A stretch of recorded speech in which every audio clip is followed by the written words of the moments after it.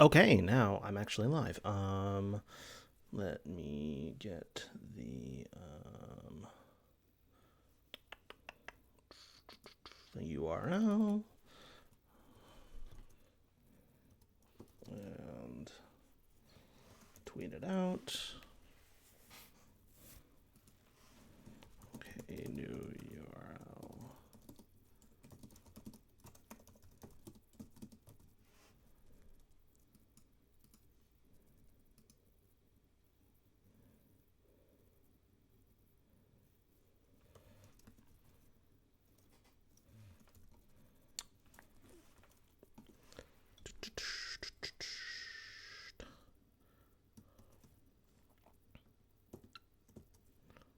Latest. Okay.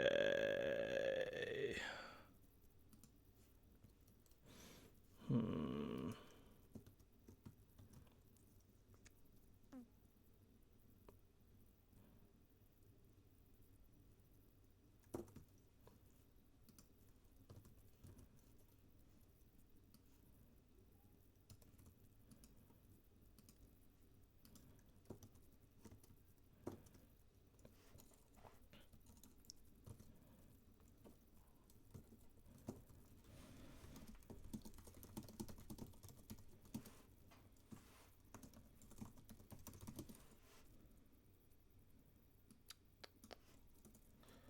And let's get that link.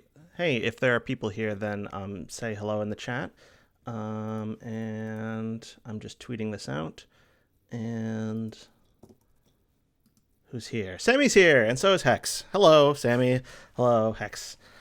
This is the first time I've ever streamed anything. Can you hear me correctly, please? Well, can you hear me at all? I mean, correctly. Yes. Hello, Evan.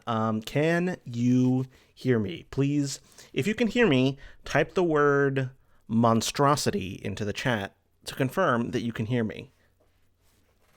And I'll wait for that to happen.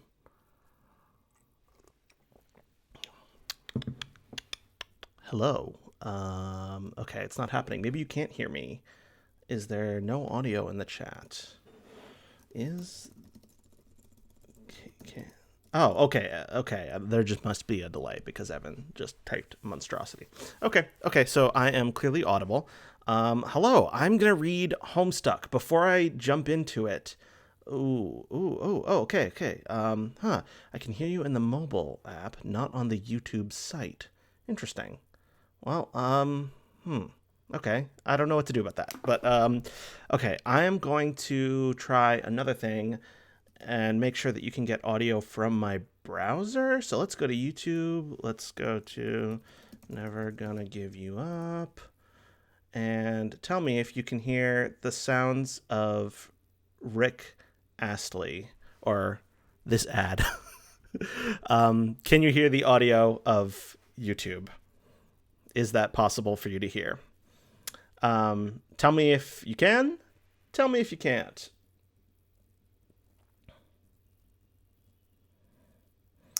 Yeah, the stream is a little bit behind me. I'll just wait for it to catch up.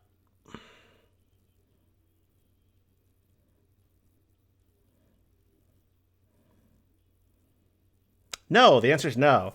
Oh, okay. So, I can fix that. Let's do some audio hijack. And let's get that going. And let's hop over to OBS. And let's add in an audio input device. Let's Zoom audio device. Let's click OK on that. Okay. Oh. This from any other guy. I just want to tell you how I'm feeling. Gotta make you understand. Never gonna give you up. Never gonna let you down. Never gonna run around and desert you. Never gonna make you cry. Never gonna say goodbye. Never gonna tell a lie and hurt you. Oh, I'm sorry. It's too loud. Okay. For so long, your heart's been aching, but you're too shy Sorry about that, folks. That should be much better. I'm sorry. My apologies. All right, now I have to wait for y'all to catch up to me. It's like 3 times louder than me, according to Nat. Hello, Nat. How's it going? Yeah. Anyhow.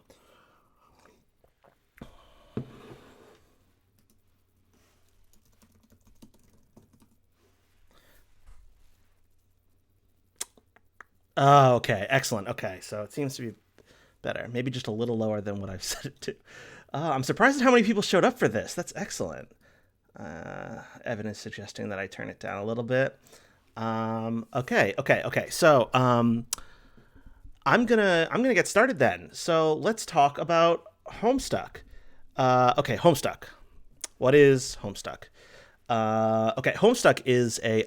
If you don't know what Homestuck is, but you showed up here, then welcome to Homestuck. It's a webcomic. I would call it a webcomic, I guess. It's probably best described that way, even though there are parts of it that are more like a novel, and there are parts of it that are more like a game, and there are parts of it that are just like short looping animated GIFs or GIFs. And it comes from a website. It was originally posted on MS Paint Adventures. Now it kind of has its own website over at Homestuck.com. So if you want to read along, you can probably mainly just do that on the screen in front of you. But if for whatever reason you want to open up another browser window and go to Homestuck.com, feel free to go ahead and do that. Some of the pages have sound. Hex says, "What isn't Homestuck?" That is quite correct. Homestuck is everything. It's like it's a slowly subsuming, all-consuming force. So today I see Rachel in the chat. Hello, Rachel. My co-host over on Social Distance Warriors, the hit new podcast that over a dozen people listen to. Okay, so let's just get started. Is it still a game, or was it only interactive in real time? Randy's asking. Hi, Randy. It's not. There are bits of it that are like flash games that you can actually like walk around and talk to characters. The original format of Homestuck was that it was based on the presentational style of old computer adventure games, where like a text parser interprets the things you type into the computer, and then the adventure proceeds. And originally, like, you could go on the MS Paint Adventure forums and, suggest prompts. We'll see what that looks like in real time as we go through. And so a lot of it was like user generated. So I think that's one of the reasons why when people first start with Homestuck, they find it a little frustrating, and they don't really understand what the narrative is trying to do, because there isn't much of a narrative. It's more like in the early stages of a video game, where you might be just kind of like goofing around and trying to find the narrative. $2.4 million of Kickstarter funding says it's a game, per Nat. Yeah, that is, there is a game based on it called Hive Swap, which is supposed to be a 4-act game. Only the first act has come out. But so what I kind of envision this being is just like a general chat about Homestuck. What I'd like to do, reading Homestuck and kind of like talking about it as we go. What I'd like to do is invite people on stream using Zoom at some point, maybe to share reading duties.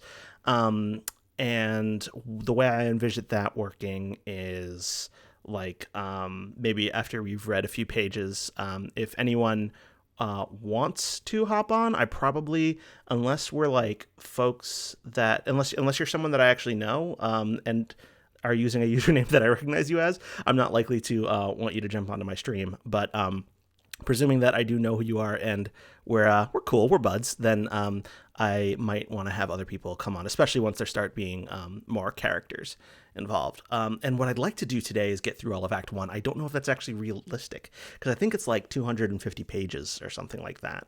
And I don't know how long it's going to take to actually read it out loud. But okay, so I am going to just go ahead and get started. Click Read Homestuck. It takes us right to page 1 of Homestuck, and the title of the page is Homestuck. A young man stands in his bedroom. It just so happens that today, the 13th of April, 2009, is this young man's birthday. Though it was 13 years ago he was given life, it is only today he will be given a name. What will the name of this young man be? And then the prompt, like the user command, is enter name. One thing I will point out is that some of the pages in Homestuck were actually they were edited after posting. There are like retcons that you will see either for complicated narrative reasons or just because I think in some cases there are like things that the creator later changed his mind about. Right here on the first page, we actually already see something that was added. This originally just said today, the 13th of April, is this young man's birthday. It was later revised to say 2009, which I guess is helpful context for when Homestuck was published, which is April 13th. 2009 was the beginning of this version of Homestuck. I think there was an earlier attempt that was more Flash based, but anyhow, enter name. Zeusmel Poop Lord. This is the first joke in Homestuck, and I don't think it's actually that good of a joke, but yeah. Try again. John Egbert. Okay, so our protagonist, John Egbert. Examine room. Your name is John. As was previously mentioned, it is your birthday. A number of cakes are scattered around your room. You have a variety of interests. You have a passion for really terrible movies. You like to program computers, but you are not very good at it. You have a fondness for paranormal lore and are an aspiring amateur magician. You also like to play games sometimes. What will you do?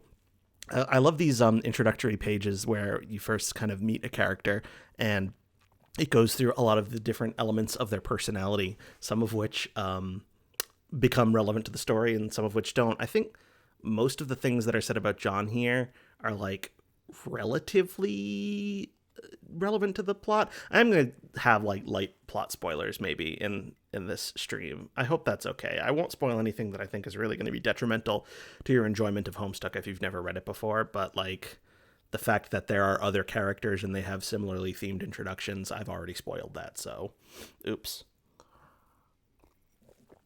John, quickly retrieve arms from drawer. Your arms are in your magic chest, Poop Lord. Yeah, the joke here, this is one of the many like inside jokes. Because Homestuck was on MS Paint Adventures, it wasn't the first MS Paint adventure. It was the first one was Jailbreak, and then there was one called Bard Quest, and then one from Problem Sleuth. And the notion of retrieving whether or not the characters have arms or whether they're just drawn to look like they don't have arms, that's like a that's like a, I don't know, that's like a recurring joke. Another thing is like arms as in, you know, armaments, etc. Anyhow, remove cake from magic chest.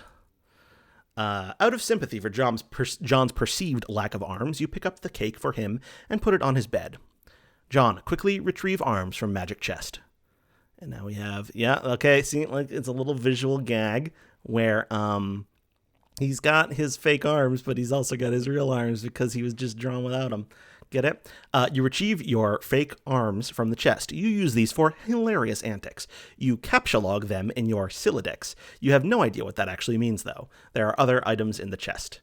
Yeah, this is like one of those bits of it that like mirrors the experience of starting off in a video game and having no idea what the heck is going on and like what the mechanics are and just screwing around with it. So, John, examine contents of chest.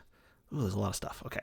In here, you keep an array of humorous and mystical artifacts, each one a devastating weapon in the hands of a skilled magician or a cunning prankster. You are neither of these things. Among the artifacts are two fake arms, currently captcha-logged in your Sylladex, one pair of trick handcuffs, one stunt sword, one magician's hat, one pair of Beaglepuss glasses, several... Is that a several? What's a tilde? Smoke pellets, several tilde blood capsules, and one copy of Colonel Sassacre's daunting text of magical frivolity and practical japery, and one copy of Harry Anderson's Wise Guy by Mike Cavaney. Which is a real book, by the way. Some of this stuff may come in handy at some point. For now, you decide to just take some smoke pellets. Yeah, familiarity with Earthbound. Nat mentions in the chat. That is definitely like one of the touchstones. It's weird because I mentioned that Homestuck draws its inspiration from text parser games, but it also like super draws from Earthbound, as well as like some of the more like LucasArtsy games, and then it draws from a whole lot of different things like as it goes on. It's kind of weird because I feel sometimes like Homestuck is it's set in 2009 and it took off with a lot of really young people, especially on Tumblr during that during that period.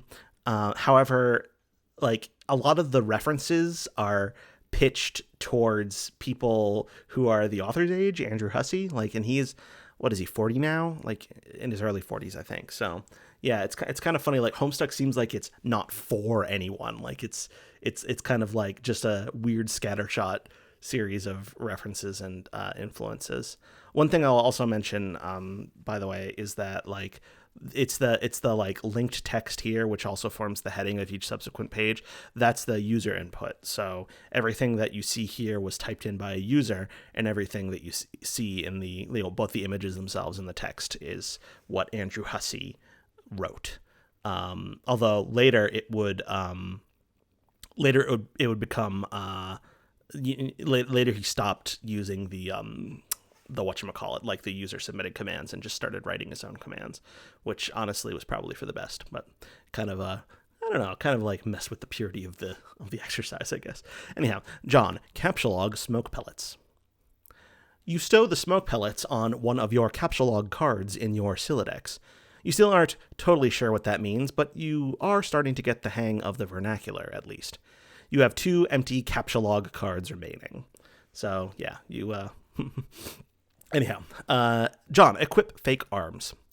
You aren't totally sure if equip is a verb copacetic with the abstract behavioral medium in which you dwell, but you give it a try anyway. Yeah, I feel like there's like a big Douglas Adams-y quality to some of the writing.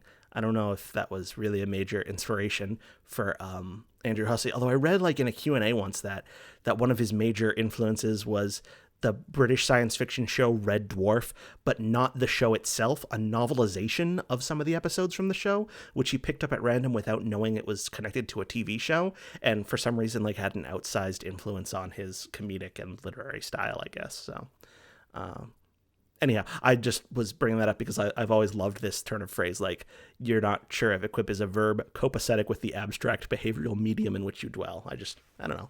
The dude can write, I think. Unfortunately, you cannot access the fake arms. Their card is underneath the one you just used to capsulog the smoke pellets. You'll have to use the pellets first in order to access the arms. But this is probably unadvisable, since you just make your room lousy with smoke. Your Silidex's fetch modus is currently dictated by the logic of a stack data structure. You are never all that great with data structures, and you find the concept puzzling and mildly irritating. But with any hope, perhaps you will advance new, more practical fetch modi for your Siladex with a little more experience. The novels are really the Red Dwarf. I haven't actually seen that much of. Randy saying the novels are really good. The Red Dwarf novels. I haven't actually seen that much of Red Dwarf, let alone read the novels. But I'm kind of, I don't know. Maybe I should go do that when I. As I'm enjoying my time in social isolation. Maybe that's an extra project I can take on for myself to absorb all of Red Dwarf. John, examine Problem Sleuth poster.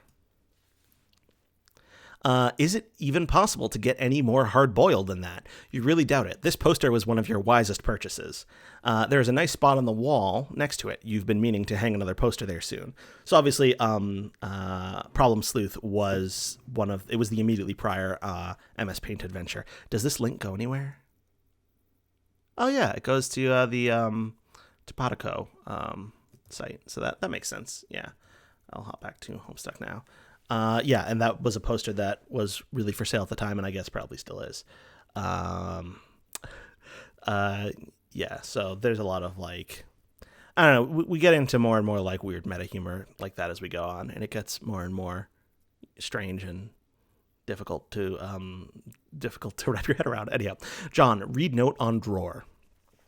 Happy birthday, son. I am so proud of you. This note is rich with the aromas of fatherly aftershaves and colognes. Beside the note is a rolled-up poster. John, take poster. Another birthday artifact. You wonder what is printed on the poster. You'll need some way to hang it on your wall. John, acquire hammer and nails. They will come in handy. Yeah, it's funny that the command that command like just includes some editorializing. They will come in handy. Yeah. Anyhow, you first place the hammer into your Siladex, but now all of your captcha cards are full. You wonder what will happen if you try to take the nails. You guess it doesn't hurt to try. Evan pointing out that Homestuck taught them a lot about hash data structures, which is yeah, I think a lot of the stuff I know about data structures probably, I don't know, I can at least connect it to Homestuck if I forget what's what. Anyhow, John, take nails. You captcha log 4 nails into the top card and push all the artifacts down a card. The fake arms are pushed entirely out of the deck. Oh well, they're probably completely useless anyway. But you probably don't want to do that again unless you want to drop the smoke pellets and suffer the consequences. In any case, you now feel like you have gathered enough things to get down to business and do some really important stuff. The next thing you do will probably be exceptionally meaningful. Yeah, this is like the first... I feel like when people get like frustrated with early Homestuck, they say it's just like a lot of messing around. But I kind of really enjoy the way it sets up the mechanics of the Siladex and like the captcha log cards, and the way that like John learns by doing, and then it leads to weird slapstick situations.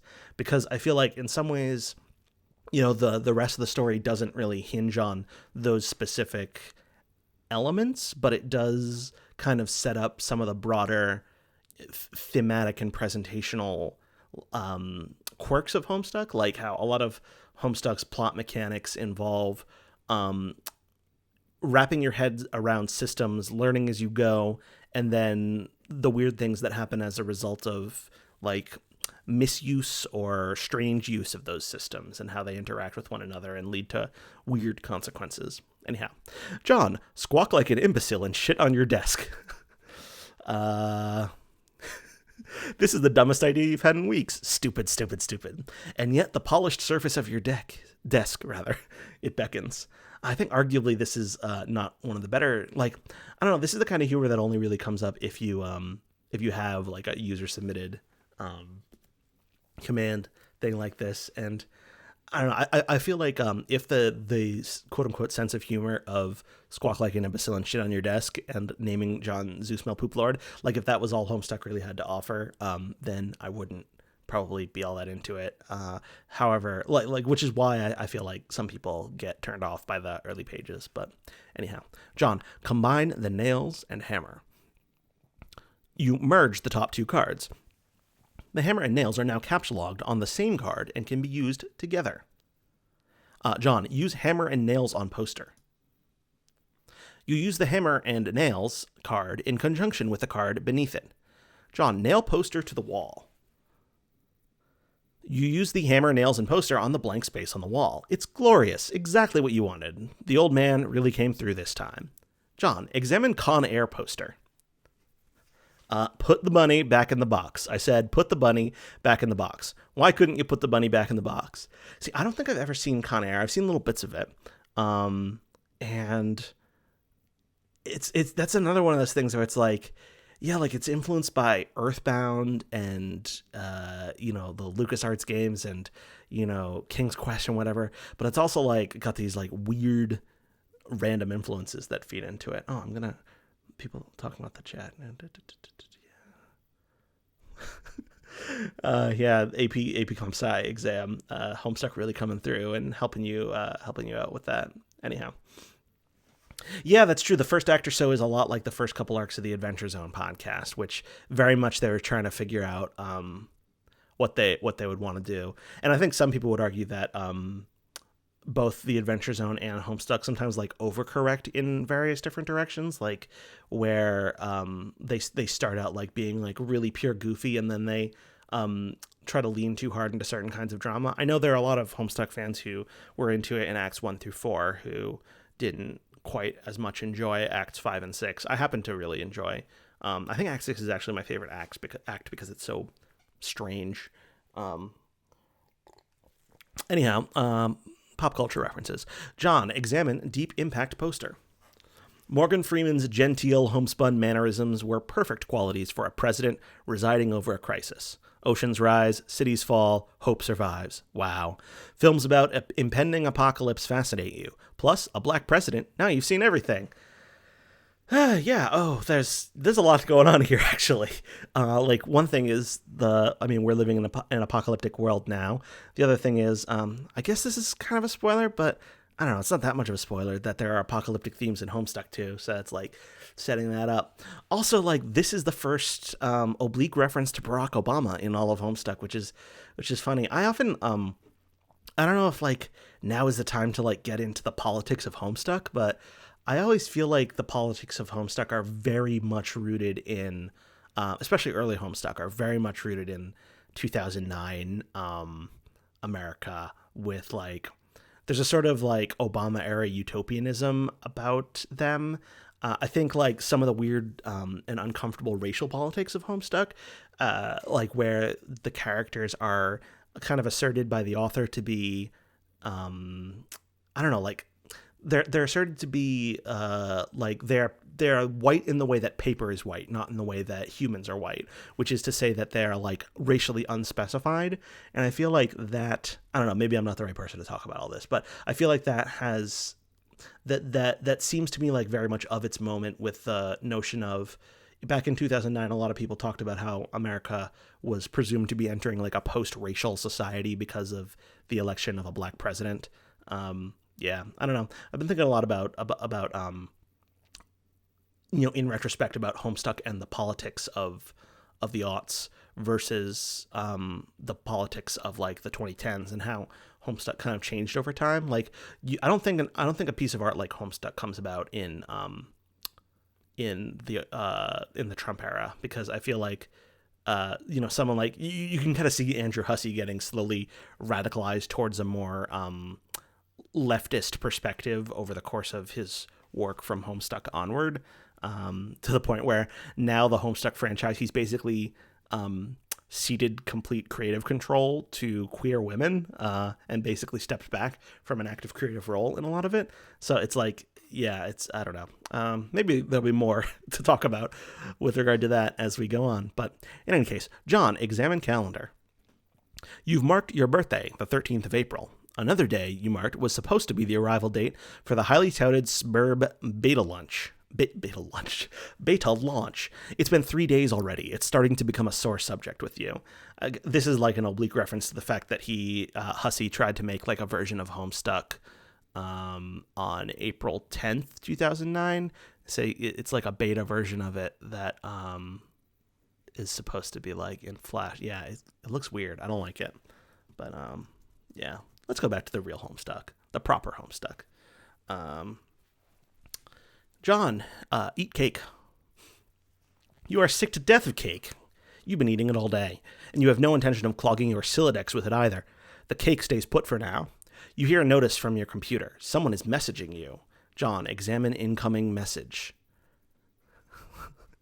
The forbidden smooth John, as Evan says. The aesthetics of John's wallpaper are very distressing. You pull up to your computer. This is where you spend most of your time. You decorated your desktop with some rather handsome wallpaper, which you made yourself. You are really proud of it. Your desktop is also littered with various programming project files. You are so bad at programming, sometimes you wonder why you even bother with it. Your Pester Chum application is flashing. Somebody is trying to get in touch with you. John as a we passed the link to the beta version. It was the thing I just clicked on, Randy. Yeah, John is a computer programmer. That's one of the things that like doesn't really come up much. It's interesting. I like the I like the names of the programming languages. Like you can see some of them. There's carrot cake, which is like the carrot symbol and then cake. And then tildeath, which is like supposed to be till death. They get more into that later. John, open Pester Chum. Only one of your chums is logged in. He sent you a message, and you can see the names of his 3 chums: Turntech Godhead, Tentacle Therapist, and Garden Gnostic, who all of whom will meet. This is the point at which John, open message. I didn't say that, did I? This is the point at which we have other characters. So I don't know. Do I want to bring other people on stream? I'll have to open up Zoom if I want to do that, or Skype or Discord or something. I'm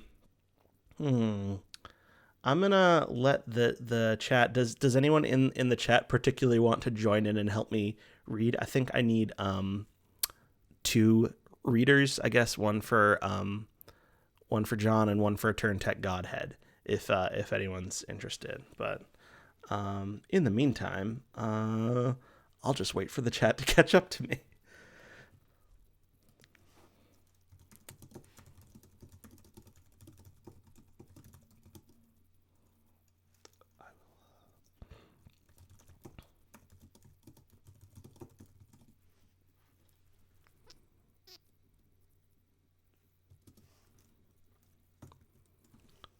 Zoom, zoom, zoom.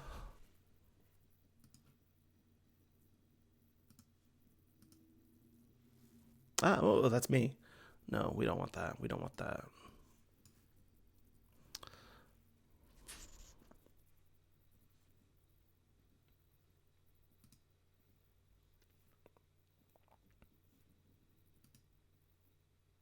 I mean, if people just want me to keep reading, then I'll keep reading. But, you know.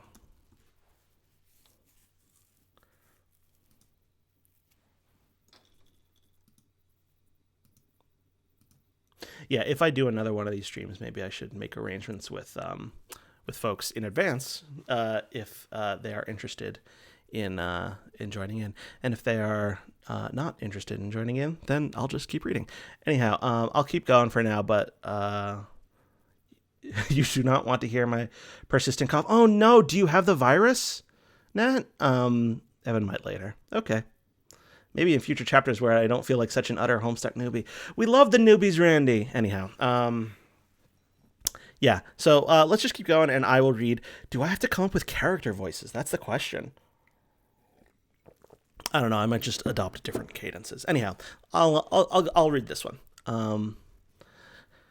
Turntech Godhead, TG, began pestering ectobiologist, EB, at 1613, which is 4:13 p.m. 4:13, as you may have caught on already, is a deeply important number in the Homestuck, lore or whatever. Anyhow, TG, hey, so what sort of insane loot did you rake in today? EB, I got a little Monsters poster. It's so awesome. I'm going to watch it today. The apple juice scene was so funny. Oh, hell, that is such a coincidence. I just found an unopened container of apple juice in my closet. It is like fucking Christmas up in here. Okay, that's fine, but I just have one more question and then a word of caution. Have you ever seen a movie called Little Monsters starring Howie Mandel and Fred Savage? But the seal on the bottle is unbroken. Are you suggesting someone put piss in my apple juice at the factory? All I'm saying is, don't you think Monster Howie Mandel has the power to do something as simple as reseal a bottle? Try using your brain, numbnuts. Why, did the fat kid or whoever drank it know what piss tasted like? No, sorry, I read that wrong. Why did the fat kid or whoever drank it know what piss tasted like? I mean, his reaction was nigh instantaneous. It was the 15th day in a row Howie Mandel peed in his juice. All of this material is probably landing really well with like the Little Monsters movie fandom. I've never seen that film, so I don't really get these references. I only know them as Homestuck references because I've read Act 1 of Homestuck quite a number of times. Anyhow, it was the 15th day in a row Howie Mandel peed in his juice. Okay, I can accept that. Monster B-list celebrity douchebags are cunning and persistent pranksters. Also, Fred Savage has a really punchable face. But who cares about this? Let's stop talking about it. Did you get the beta yet? No, did you? Man, I got 2 copies already. But I don't care. I'm not going to play it or anything. The game sounds boring. Did you see how it got slammed in Game Bro? Game Bro is a joke and we both know it. Yeah. Why don't you go check your mail? Maybe it's there now. All right. John, look out window. Oh, the tire swing. You see the view of your yard from your window. Hanging from the tree is your tire swing. In a kid's yard, a tree without a tire swing is like a proper gentleman without a monocle. That is to say, he can hardly be considered a terribly proper gentleman at all. And there beside your driveway is the mailbox. John, examine mailbox. The little red arm swingy dealy thing or whatever it is called is flipped up. What the hell is that thing called anyway? You do not have time for these semantics. The red flippy lever thing means you have new mail, and that means the beta might be here. It's funny to me that Andrew Hussey, who was like, I guess he was about 30 when he wrote this, didn't then know what the red flippy lever thing actually meant, because that's not what it means, is it? I don't think that's what it means. Anyhow, go outside and check mailbox. You are about to hurry downstairs when you hear a car pull into the driveway. It looks like your dad has returned from the grocery store. Oh, great, he is beating you to the mail. John, forget it. Check mail later. If you go downstairs to get it, he will likely monopolize hours of your time. You decide to chill out up here for a while until the dust settles. Sometimes you feel like you are trapped in this room, stuck, if you will, in a sense which possibly borders on the titular. And now your chum is pestering you again. The clockwork of friendship turns ceaselessly, operating the swing lever dealies of harassment in perpetuity. Whatever, the dude can just hold his damn horses. John, examine games on CD rack. You've put countless man-hours into this assortment of quality titles. And, if you mouse over... Okay, so what do we got here? We got Bard Quest, which is a previous MSPA. It means that in video games. That's true. The Caper Havers. I think this is a reference to another Andrew Hussey work that I don't know. Problem Sleuth, another MSPA. And It Don't Stop, which is another Andrew Hussey work. A question mark pumpkin, the What Pumpkin logo, which is a reference to Jailbreak. Ghostbusters 2, MMORPG, of course. Little Monsters, original Nintendo seal of quality. Love that. Harry Anderson, Call My Bluff. That's cute. Anyhow. John, read Colonel Sassacre's daunting text. Colonel Sassacre's daunting text of magical frivolity and practical japery. You decide to consult with the Colonel's bottomless wisdom. Good grief, this thing is huge. It could kill a cat if you dropped it. John is practicing responsible social distancing from his dad. I don't recognize your username, so I don't know if you're someone I know, or else I'd refer to you by name. But this person in chat they say John is practicing responsible social distancing, and I think that's funny. But to dig into this hefty book, you will have to captcha log it. You are not sure you are ready to log jam your other artifacts beneath it just yet. Captcha log fake arms again. What did you just say? You don't want to clog up your... Oh, Jesus. In a momentary lapse of concentration, you accidentally captcha log the arms again. John, set Pester Chum status to bully. You don't think the situation is quite dire enough to go all the way to rancorous, but you still feel the Pester Chum client should reflect your mood change in some way. Bully will have to do, you guess.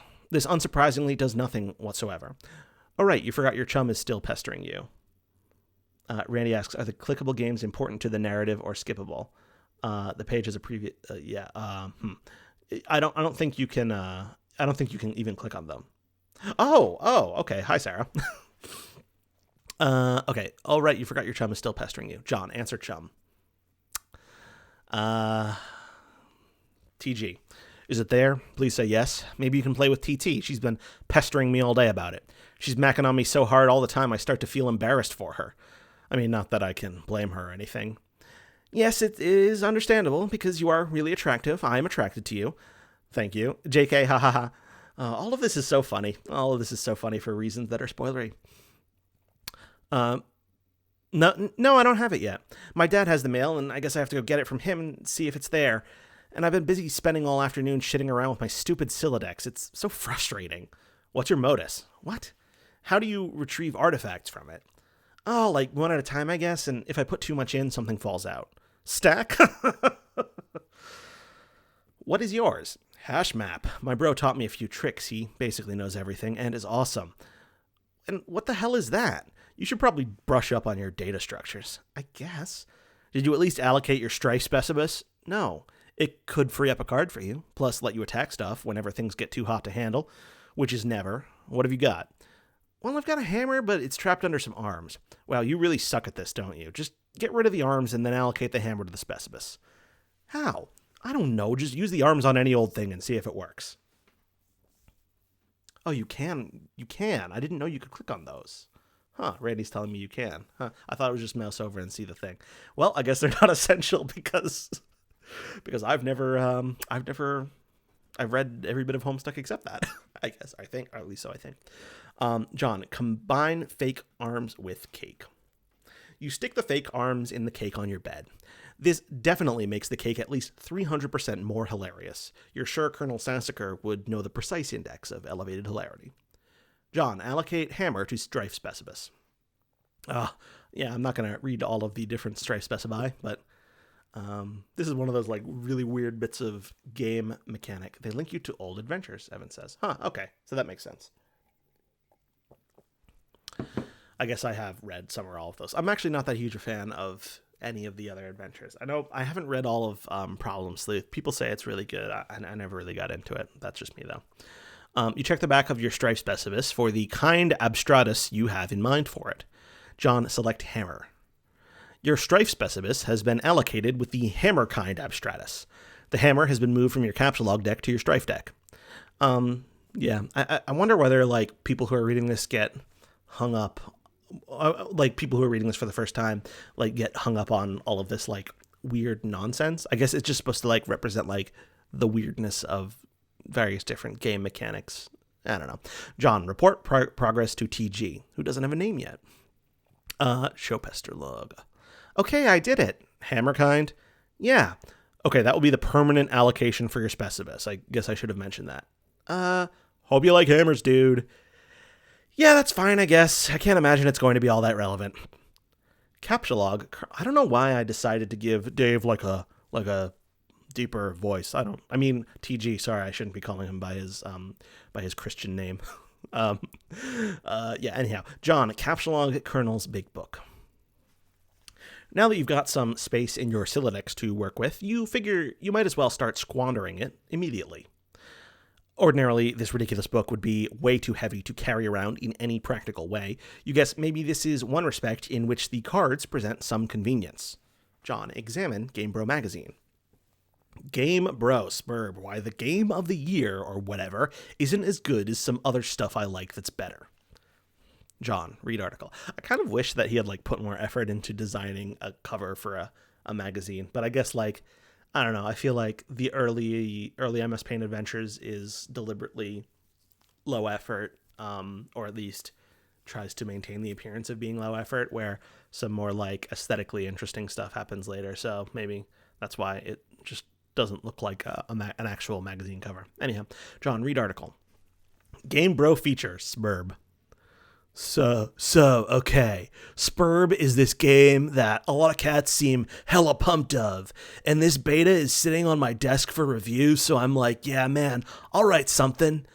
But I don't know, I'm like, so this is about houses or some noise.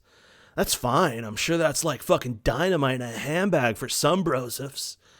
But all I'm saying is, when do you get to thrash anything? While you're playing house or some shit, are you ever in jeopardy of getting mud on your doll's dress or whatever from busting out, and I quote, the mad stunts all wicked up ins? Know what I'm saying, bro, yo, ma? I didn't actually play this game, but I give it 1.5 hats out of 5 hats to keep it real. At this point, I'd like to give a shout out to my boy Dennis, who was over the other day. We were going to chill in front of the Dark Knight, and he was so psyched of it, y'all.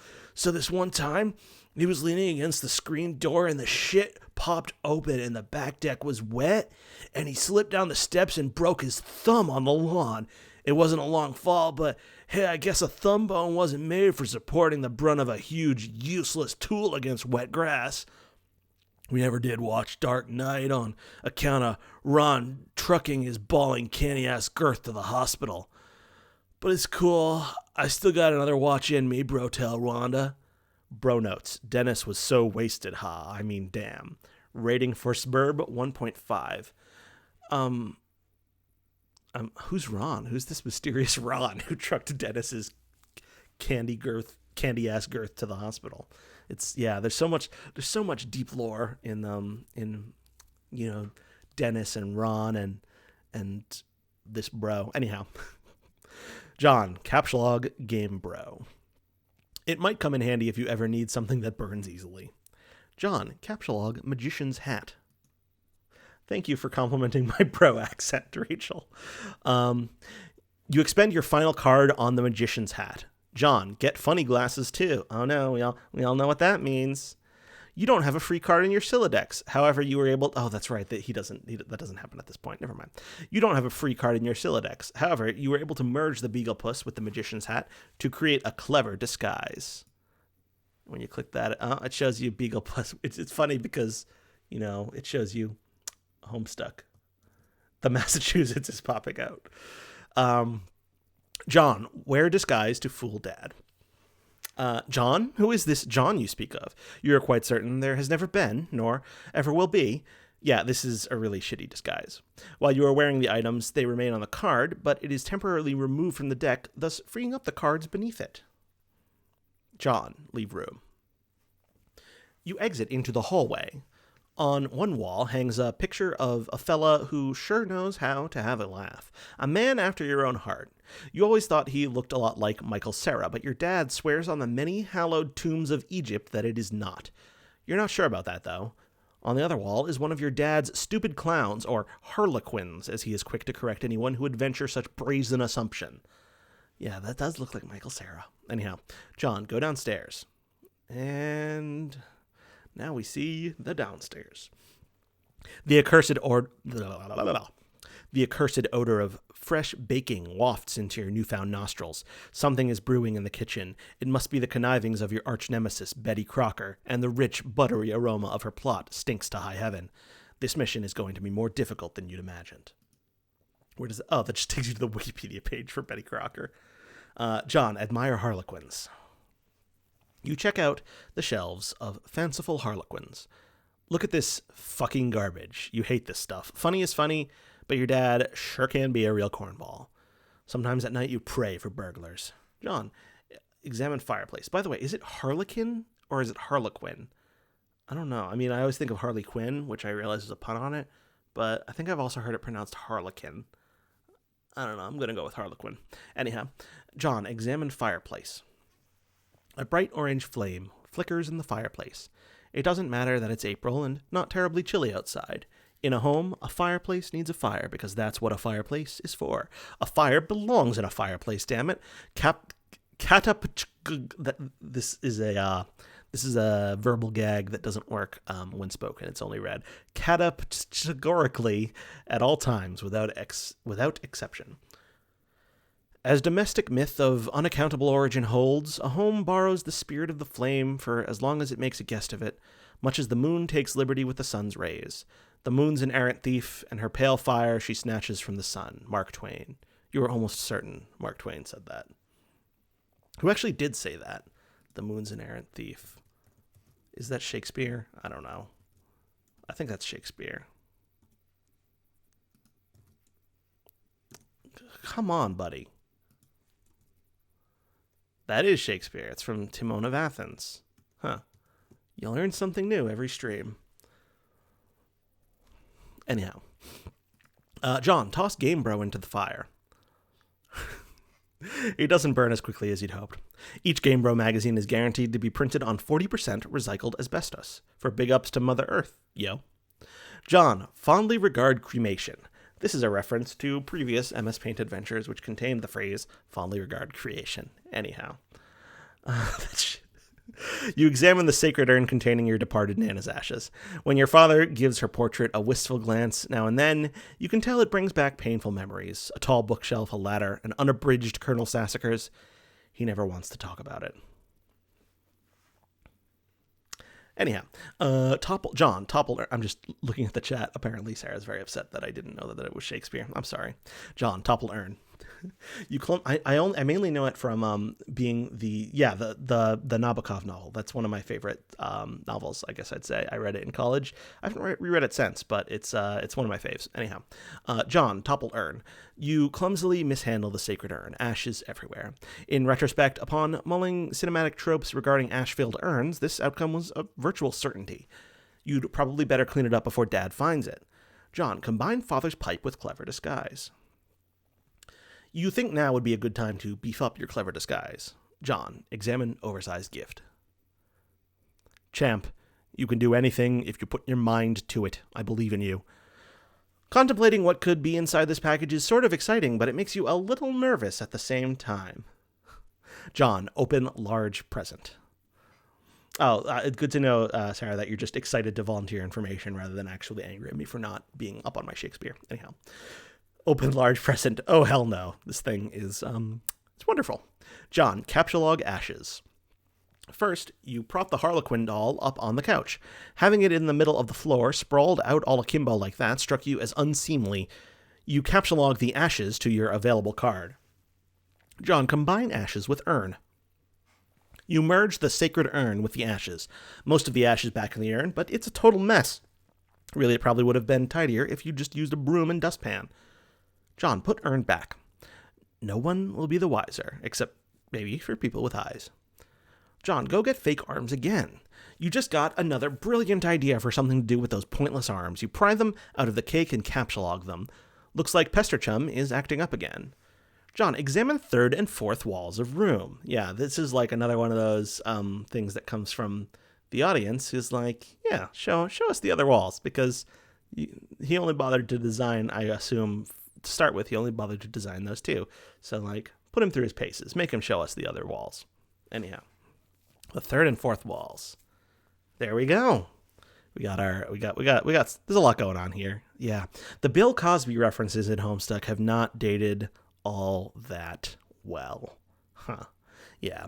But there are actually a number of things in Homestuck that haven't dated all that well, including, I don't know, I feel like when I get to, there's a lot of, there's some amount of homophobic language, and there's a much greater amount, I think, of ableist language. And when I get there, I don't know if I'll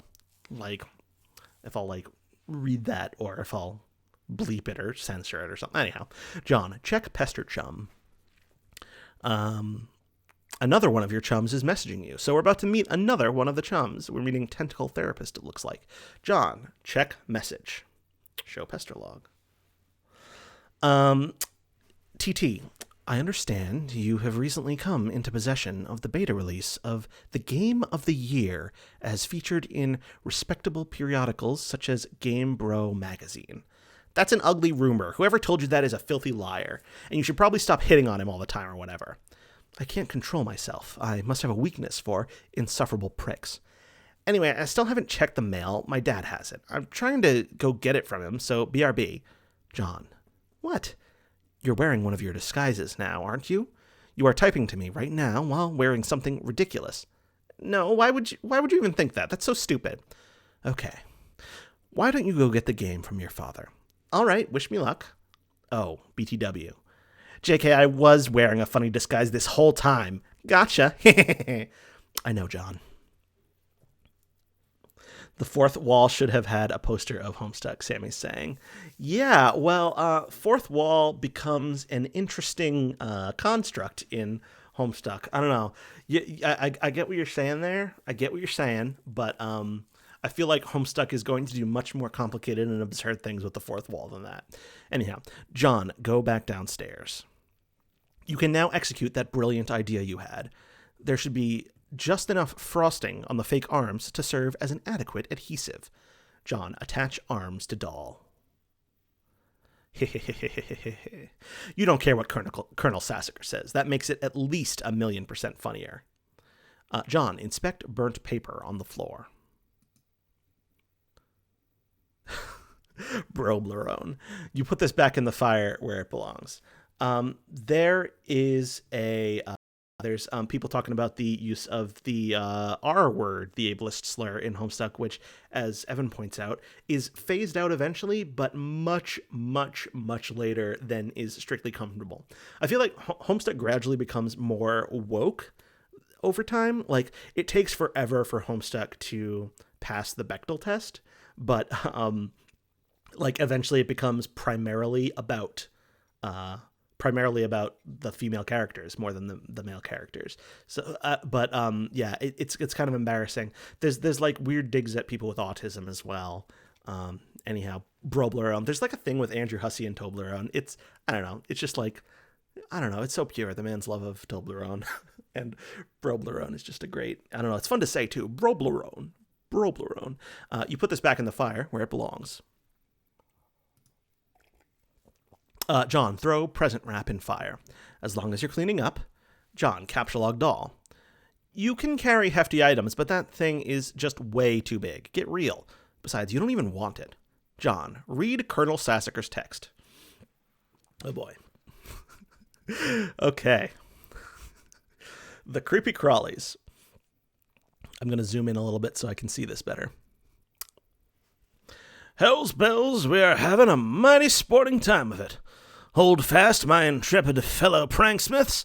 We've merely nicked the mahogany of our japing chests. If I may direct the incisive ogle of your beagle puss to the wriggling regency of rubber bugs, plastic parasites, squirming serpents, pliable pests, and every such order and file of crippy crawly. Land sakes alive, we are cooking with petrol now. In further exhibits we shall dwell on artifice useful to your exploits. Is your pappy's rodden reel handy? What about a bit of iron cord? It shouldn't prove elusive. Bring those writhing rascals to life, and set the nerves of some old maid to the wreck of Hesperus. Do you have a bothersome aunt who never seems troubled to find ways with your sunny afternoons? A broad, splintery fence, a bucket of whitewash, perhaps. By gum, you'll fix her wagon. And what of that tawny gent who puts his lackadaisical lean near the sarsaparilla font? You'll have that listless octoroon find the spring in his step just yet. Thank you for complimenting my vocals, Randy. I didn't know what I was doing at first, but I guess I got there. You thought about consulting the text to determine exactly how hilarious the doll is now, but this text is way too big to navigate in a timely fashion. You decide to forget it. This is my favorite Ken Burns work. Yes, sir. Anyhow, John, find Dad and retrieve mail. The door on the left leads to the kitchen, from which the smell of baking wafts a powerful aroma which could lift an especially portly hobo off his feet. The door on the right leads to the study, where your dad spends a lot of time. He could be in either room. Where will you go? John, go in the study. It doesn't look like he's in here right now. So much going on in here. John, examine Father's desk. On the desk is a deck of playing cards, one of your dad's pipes, the April issue of the Serious Jester magazine, and a stray capsulog card. There is also a can of peanuts on the desk. Oh, Dad, you won't be falling for that one again anytime soon. A severe peanut allergy is a terrible affliction to cope with. Something that often occurs to me is how few people in fiction have peanut allergies, even though it's a very common thing in real life. But very few fictional characters have peanut allergies, and so I don't know if Homestuck is the best peanut allergy representation. Peanut allergies do come up again in the story much later, but yeah, I don't know. It's just kind of an interesting thing to have in a work of fiction. Randy pointing out Benoit Blanc as Colonel Sassacre would be good. Yeah, I'd love that. In the live action Homestuck movie, we got to get Daniel Craig to do that.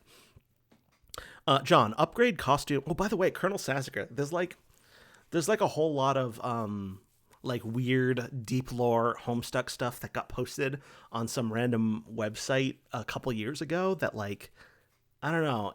Some of it is kind of funny in a way, but a lot of it's just either weird or bad, and there was some bizarre anti-Semitic stuff, or at least stuff that made light of of like Hitler and the Holocaust and stuff like that. And Colonel Sassacre, I believe he was involved in that, but it just reminded me of that. Anyhow, John, upgrade costume with hat from Hat Rack. You swap the magician's hat with the bowler hat. This disguise is somewhat less funny, but a lot more distinguished looking. John combines second pipe with clever disguise. Your dad maintains numerous pipes around the household. A father without a pipe is like a strapping roughneck without a toothpick. That is to say, he is a rather piss-poor excuse for a roughneck if you ask me. You'd rather not take the pipe, though. The first one tastes bad enough as it is. How you suffer for your comedy. What kind of, Hex asks, what kind of practical joke is leaving severe allergens around for your son to find? Yes. John, examine capsule log card. Yes, this will be perfect for expanding the space in your Scylla. John, capsule log card. Arg! So he capsule logs it, and it just becomes an object in there. John, play haunting piano refrain. This is the first page with sound. So, yeah, pages including sound will be preceded by S in the command. John, play 52 pickup. Let's just linger here and listen to this.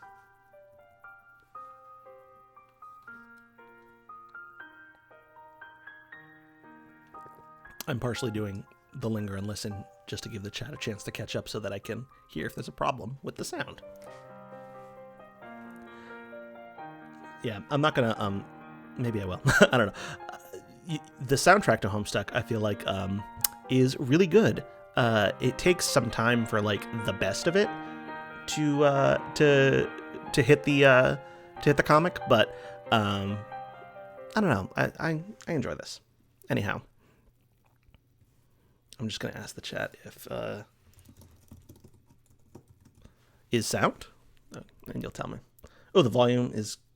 Oh yeah, the volume is. Yeah, there's like a thing there, and then there's like a restart button. That's cool. Anyhow, John, play 52 pickup. You play the prankster's favorite card game, with all the cards out on the floor, even though you are alone in the room, thus rendering it an especially foolish version of solitaire. So stupid. Look at this mess. The peanut gallery over there is sure getting a kick out of it. You are allergic to their scorn. That's a good joke. Peanut gallery, allergic to their scorn. Gotta love it. John, attempt to leave the house. Yeah, a couple minutes ago, Rachel said in the chat that a sign of the times is all I can think about as John holds these various objects is that he needs to go wash his hands. And now I'm thinking like, attempt to leave the house. God, why would you do that? You go back into the living room and contemplate checking the mailbox outside. You think perhaps you should exhaust all possibilities before plunging headlong into a dad encounter. Your television is currently airing a commercial.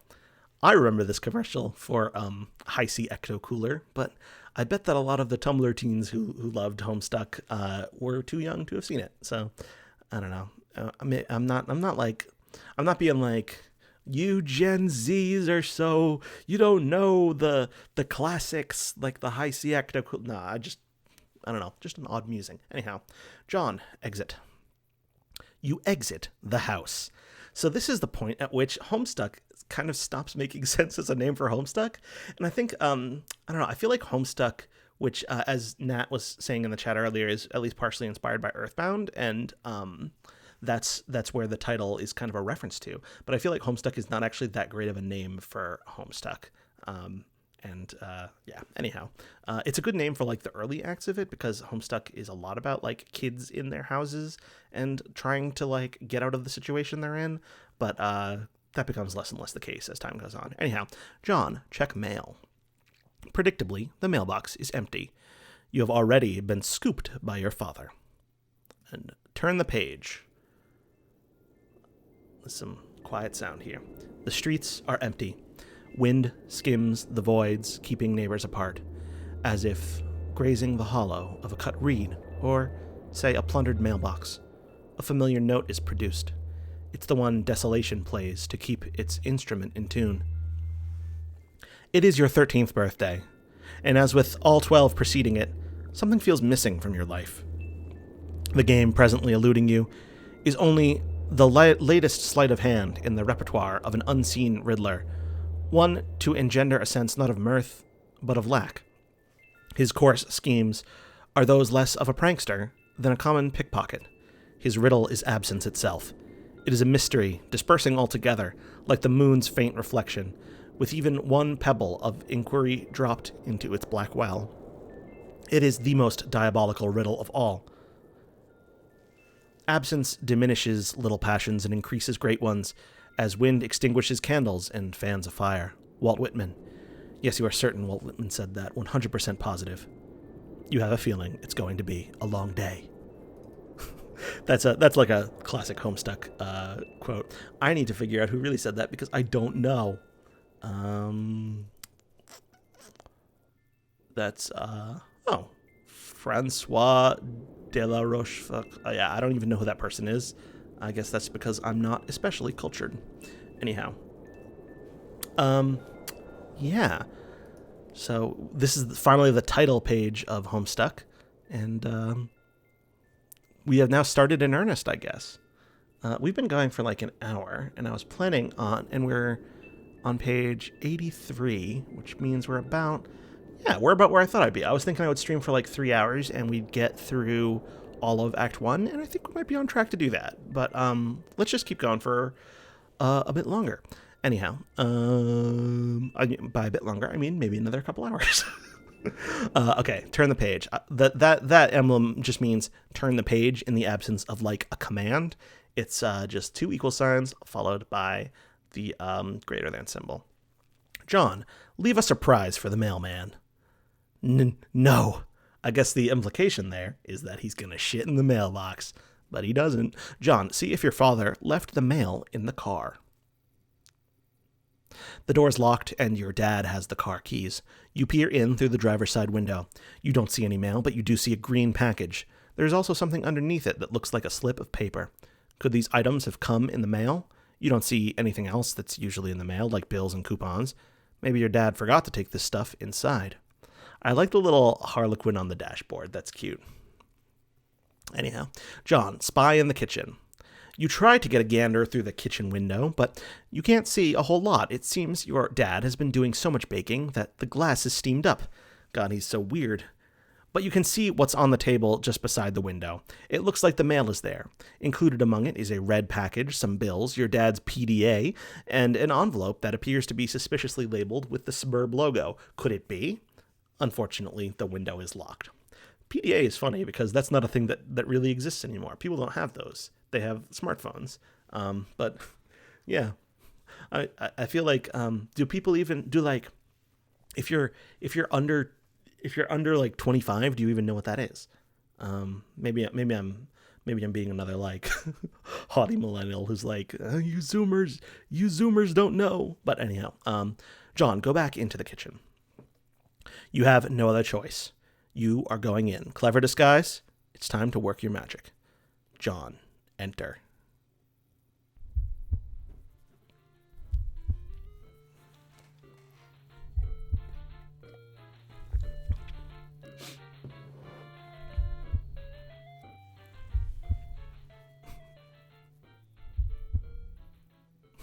I like the sound of the heartbeat. Anyhow, turn the page. He has Nat has one, but he got it through Kickstarter. Hex is over 25, and they don't know what a PDA is. I guess technically everything is a PDA now, Sarah suggests. Yeah, a PDA, what was it, Personal Data Assistant? Or I don't even know what it stands for, PDA. PDA. A PDA is a patent ductus arteriosus, which is a persistent opening between the two major blood vessels leading from the heart. That's not what I was looking for. Anyhow, personal displays of affection, as Rachel says. Personal digital assistant, yeah, could be a name for. I'm not going to say that name out loud because I don't want to summon the tube lady into my home. She is in my home. I just don't want to wake her up right now. Yeah, I like the little drawing aggro from Dad and the whole like Dad is putting it together. Dad is like understanding the disguise as though it were not like blatantly obvious. Anyhow, your dad sees right through your costume. You don't know what you're even thinking with this foolish ruse. You unequip the clever disguise. Your dad wields a dreaded artifact of confection. He stands between you and the mail. There is only one way to settle this. Strife. Being the word for combat in Homestuck. Yes. And we have the sort of more chiptune-y version of the same. This is the same song that was played on piano earlier, which is Showtime, right? That's what this one's called. God, it's been so long since I've like spent some quality time with the Homestuck soundtracks. Anyhow, we have our options. We have Aggrieve and Abjure. Which one do I want to do? I'm gonna. By the way, I am able to play this game because I am using a browser that has Flash enabled. So few browsers now even support Flash, and I think support's going to completely go away at the end of the year. So in the future, people won't be able to do this. Like, I think if you don't have Flash enabled and you come to this page, it probably gives you a video or something. But I'm actually going to play it because that's the way God intended. And by God, I mean Andrew Hussey. I'm going to Aggrieve. And we get our little auto pastry, which is a reference to auto parry from another MSPA. Now I'm going to Abjure. Guardian Rubric. Cuddlebrand. Yeah, these are our options. There are two of them. Yeah, anyhow, John, retrieve the package and flee to your room. So he chooses abscond. You cannot abscond. This pesky guardian is blocking your path. You will need to engineer some sort of distraction. And now he brandishes yet another artifact of confection. This man is ruthless. You'd better brace for impact in the most comedically striking fashion possible. John, equip disguise for defense. Hex is telling me that chiptune Showtime was a little loud. Maybe I will turn down... Give me a sec. Turn down the output volume on Audio Hijack a little bit. Okay. Viewing source says it's actually a canvas element. I don't know enough about... that's what Nat was saying in the chat. Yeah, I don't know enough about how Flash gets embedded in HTML to know what that even really means. John, equip disguise for defense. The Beagle Aegis, I love that.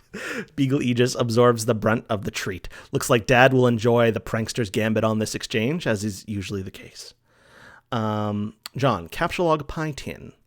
You take the pie tin and unequip the Beagle Puss. Everything in your Siladex is pushed back a card. The smoke pellets are ejected from the deck. Yes, this could be just the distraction you were... Nothing happens. What a huge letdown. Evan saying they converted a couple of flashes to HTML5. That's good. Awesome. Yeah, I hope they do more of those, because I think I don't know, I feel like obviously you can get the gist of it by watching a video, which is what you're doing now if you're watching this stream. But I don't know, it's better to like have that interaction as it was intended. John, take the cake. When two great forces oppose each other, the victory will go to the one that knows how to yield. Wise words by a man, Oscar Wilde. Wise words by a man who could resist everything but temptation. The cake forces Colonel Sassacre's text out of your Siladex. Come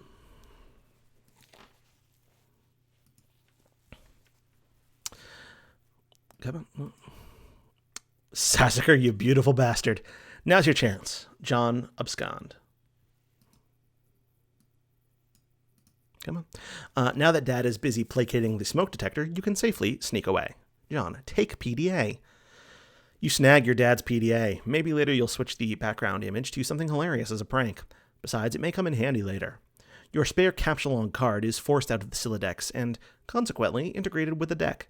You now have 5 cards to work with. Isn't that nice? Isn't that nice? John, take package. This red package is addressed to you. Randy's saying in chat that just checking the Blue Maxima Flashpoint project, and several Homestuck games are on there. This is a project to archive and preserve all those aughts Flash games. That's cool. That's cool. Yeah. For some of the larger animations, it doesn't need to be Flash, and in fact, it's probably better that it not be Flash. But for a lot of the, especially like the actual portions that are games, the red package is addressed to you. John, take envelope. You got the Spurb beta. Hooray! John, exit kitchen. John, get cake on couch. You caption log the cake on the couch, expelling the pie tin from the bottom card. John, combine the cakes to make a double-decker cake. You then merge the two cakes across all 5 cards. Everything in your Sylladex is smushed between the cakes. Why don't you think these things through first?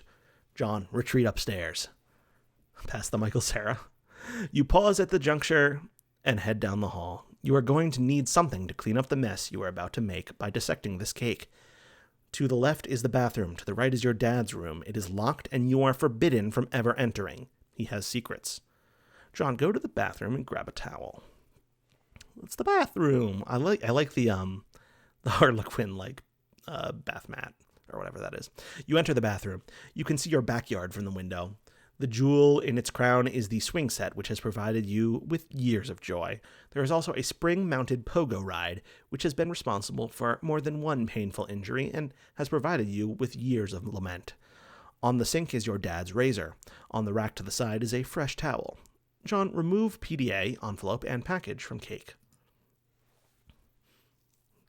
He's got the scalpel. Yeah. You take the razor, I said scalpel. You take the razor and use it to perform surgery on the cake. You take the towel and clean off the extracted goods. John, retrieve your items. The items force the manhandled cake into the toilet. And just like that, your Sylladex is full again. God, this thing is annoying. John, go to bedroom. John, admire failure to launch poster. You're not usually into chick flicks, but Matthew McConaughey's cool charisma could salvage any heap of smoldering wreckage. This is your McConaughey wall, a casual shrine to an amazing actor. The film above that one is a lot better, you think. Can you see her? I want you to picture that little girl. Chokes up. Now imagine she's white. You got us, Matthew. Your smooth talking exposed our latent racism. Damn, you are good. I'm stopping. I'm no longer able to talk, am I? I gotta take another sip of tea. Yeah, I haven't seen A Time to Kill, and I haven't seen Failure to Launch. So these are who are these jokes for? Anyhow, John, check Pester Chum. They gave us a little chime. That's cute. Garden Gnostic, the third of his chums, began pestering ectobiologist at 1634. Hi, happy birthday, John. Hello? Okay, I will talk to you later. Garden Gnostic ceased pestering ectobiologist at 1656. Turntech Godhead began pestering ectobiologist at 1640. Hey, GG is looking for you. Why are you even so popular all of a sudden? Is today some sort of special occasion or something? Did you do something to curry favor with the ladies? Did you break your leg on a puppy or some shit? Dude, what are you doing? Turntech Godhead is now an idle chum. I discovered a comet that is going to destroy the Earth, and it was named after me. Now I am famous, and everyone wants to talk to me a lot. No, stop. Just no. Don't talk about your awful, stupid movies or make references to them. Your gross man-bro crush on Matt McConaughey is an unsavory thing to behold. McConaughey. Spelled correctly. Pro McConaissance. Homestuck is an influencer. Yeah, Homestuck is definitely an influencer. We're gonna see a lot of I don't know. I feel like Homestuck was ahead of the curve on Juggalos too, but we've got a long way to go before we get there. Sounds like a dumb noise a horse would make, sounds like a noise a horse would make, i.e. dumb. Equally dumb are all those pictures of that clown you've got hanging up. Of that clown you've got hanging up. Those are my dad's. I was talking about Nick Cage. Well, oh man. Oh, what? No, man. Nick Cage is sweet. So sweet. So lame.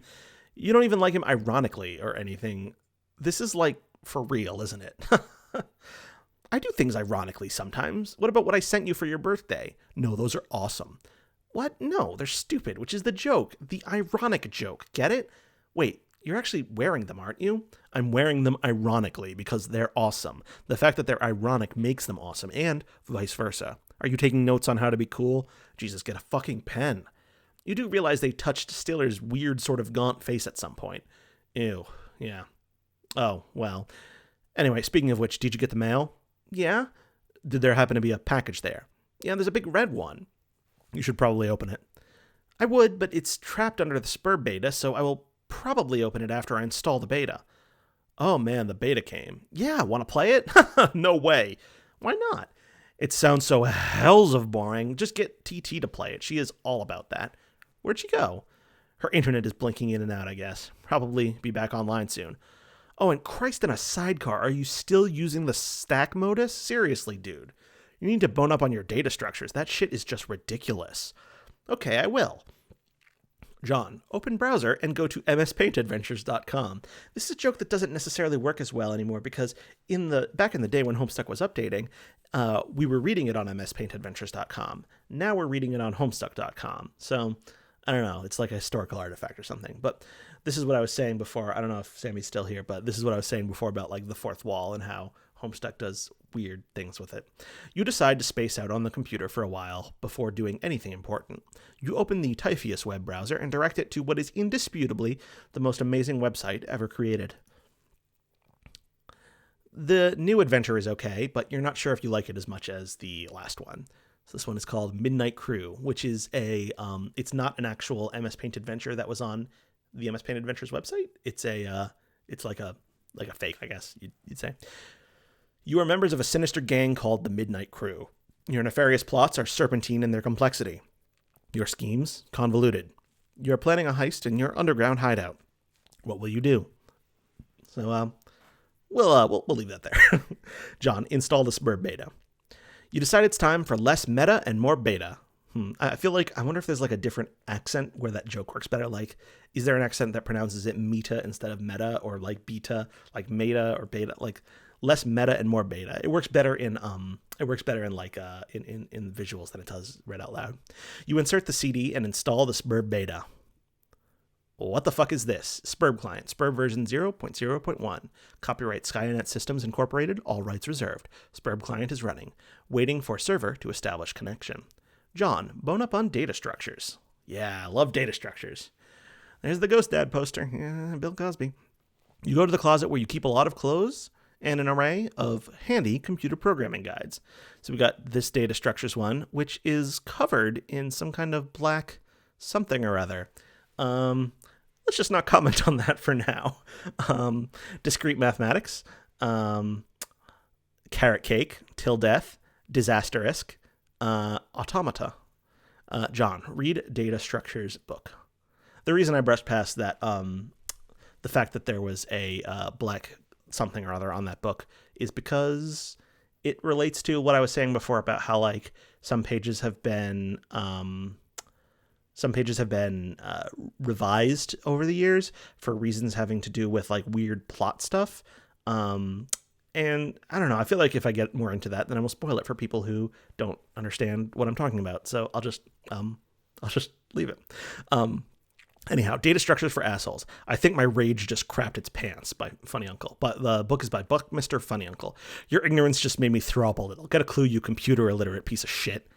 I like it when Hussey writes in this voice because he's very good at it, and there's a lot more of it later in Homestuck. So yeah. Anyhow, you're not sure you really want to dig into this huge tome. It looks really boring and kind of ornery. Maybe you'll just check out that free modus instead. John, get free fetch modus. It looks like Hex is saying that some people pronounce beta like beta, like Beto O'Rourke, or I don't know. Okay. Fetch modus. Q, FIFO. You turn to the back inside cover where a free fetch modus is included in a plastic sleeve. This one is first dictated by the logic of a Q data structure, operating on a first in, first out method rather than a first in, last out method of a stack. This is another like joke that might not really scan to younger people now because, I mean, people who never had a book about computer stuff that had a plastic sleeve where there was a CD-ROM in there. Like there are people who are over the age of 18 who have probably never used a CD-ROM. So yeah, anyhow, John, apply fetch modus to Sylladex. Items captchalogged in your Sylladex are no longer immediately accessible. You can only use the item on the bottom card, and it must wait for items on upper cards to be pushed back to it. For instance, the red package is now inaccessible. You can only use the razor at the moment. This modus doesn't strike you as a significant upgrade to your previous one. In fact, it almost seems more inconvenient. You figure you might as well give it a chance, though. So the data structure notion here is that for a first in, first out method, the only item you have access to is the one that you captcha logged most recently, whereas first in, last out, it's the one you captcha log least recently. So yeah, that's a little bit of data structure. We're learning here. Homestuck is all about education.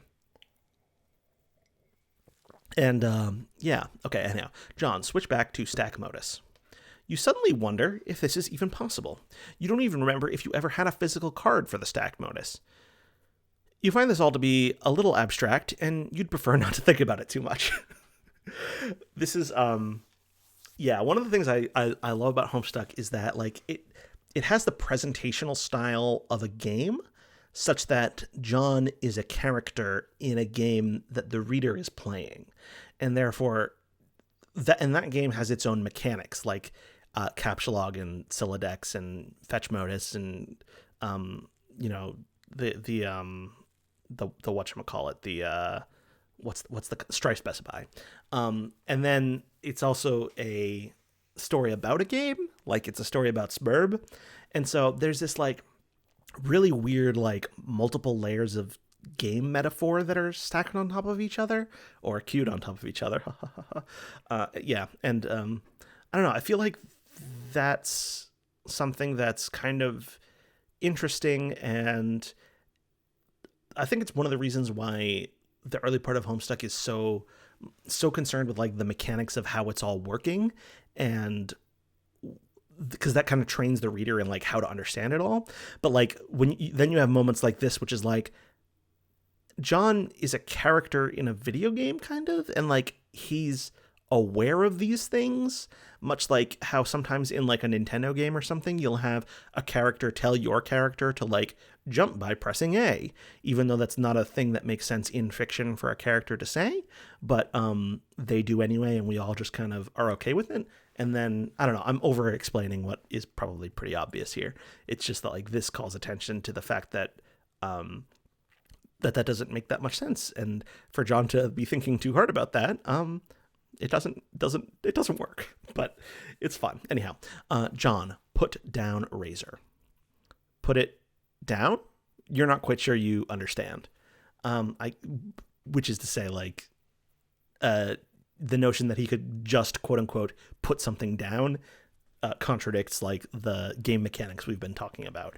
You don't just like pick stuff up and put it down. You have to like captcha log it and whatnot. Anyhow, John, pick up 2 items. You captcha log one of the cakes. You've finally found a use for all these loitering pastries. Dead weight. John, get the other cake.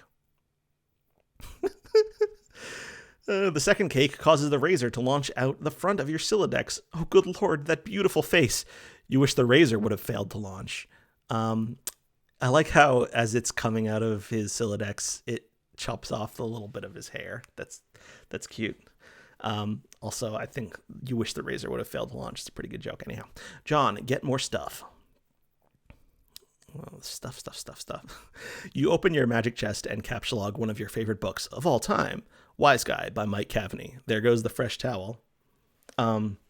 Sarah says, so this is House of Leaves, the game, which is interesting because House of Leaves was heavily influenced by Pale Fire. Yeah, in some ways it kind of is. I feel like I haven't actually read all of House of Leaves, and I kind of need to. Like maybe now that's one of the books that's on my to be read pile. I've had it for a few years, and I don't know, it's really dense, and I've never really gotten through it. But I think Homestuck and House of Leaves do have a certain amount in common. I think with House of Leaves, the impression I got based on like the first, I don't know, third of it, which is maybe what I read back in the day, was that like the barriers were more impermeable. Like you knew which reality you were in, whether you were in the reality of like the narrator or the reality of like what was going on in the book. Whereas Homestuck plays all kinds of crazy games with that as we go on. And that becomes even truer after Homestuck itself is over and we get into going some of the ancillary works, but like the Homestuck epilogues, which is kind of like a sequel to Homestuck, and some of the cheapo like dating sim games that they made on Steam, or friendship sim as they call them. Anyhow, John, might as well grab those cuffs. Which, yeah, that's funny. You take the trick handcuffs, expelling the PDA like a bullet. So it breaks the window. Oh, god damn it. John, open up the package. To EB from TG. You examine the package. It is from one of your internet chums. It's bound in packing tape, though. You'll need something sharp to open it. Of course, the razor. It's all so simple. You wonder why you didn't... John, get razor. I love that. John, pick up package again. Yeah, it's just so slapstick. I love it. And then the cake goes... okay, yeah, I'm too easily amused. Let's take this from the top. John, capsule on glass shards. So he gets the glass shards, each of which is an individual item that expels these items out. Yeah. You take 3 glass shards in quick succession and duck for cover. Your Silodex rains devastation on your room from above. And now that your cards are packed with glass, you probably don't want to do that again anytime soon. I love the whole, like, John is like trying to come to grips with his Silodex. Anyhow, you should probably go get that stuff before you forget. John, use the razor on the red package. You open the package. There is something suspicious inside, something suspiciously dirty and smelly. It is a stuffed bunny, much like the one held hostage briefly by Malkovich's Cyrus the Virus while taunting hard luck protagonist Cameron Poe. This is being a reference to whatchamacallit, to Con Air. Yeah, so this is the bit from Con Air, the film Con Air. Again, never seen the film Con Air, but I know a weird amount of it from Homestuck because Con Air continues to be a heavily important motif throughout the duration of Homestuck. Yeah, and strikingly similar to the one scooped up from the soot of a burning Vegas strip by Cage's Poe and offered to his daughter, a gesture symbolic of a tattered exterior surrounding a heart of gold. Poe wasn't much to look at, but he was a good man. But no, it is not merely like that bunny. According to this note of authenticity, it is the very same bunny. This is so awesome. John, check status of Spurb Beta. It looks like your computer is trying to get your attention. John, look at monitor. Okay. Version 0.0.1, Spurb client is running. A Spurb host user is attempting to connect with you. Client has established connection with host. Press enter when ready. John, check PesterChum window. Okay. It looks like you've managed to retrieve the beta. Oh, tentacle therapist began pestering ectobiologist at 1708. It looks like you managed to retrieve the beta. Excellent. I'm going to try to connect. Whoa, okay, but I just got the most awesome present. The rabbit? So sweet. I've heard tales of this wretched creature often. Its Homeric legend is practically ensconced in the fold of my personal mythology by now. What? Why don't we focus on the matter at hand? Oh, the game. Okay. I don't really know how this works. What am I even looking at here? Why did I get a little twang on that? What am I even looking at here? I didn't intend for that. I forget where John lives. Doesn't he live in he lives in the Pacific Northwest, right?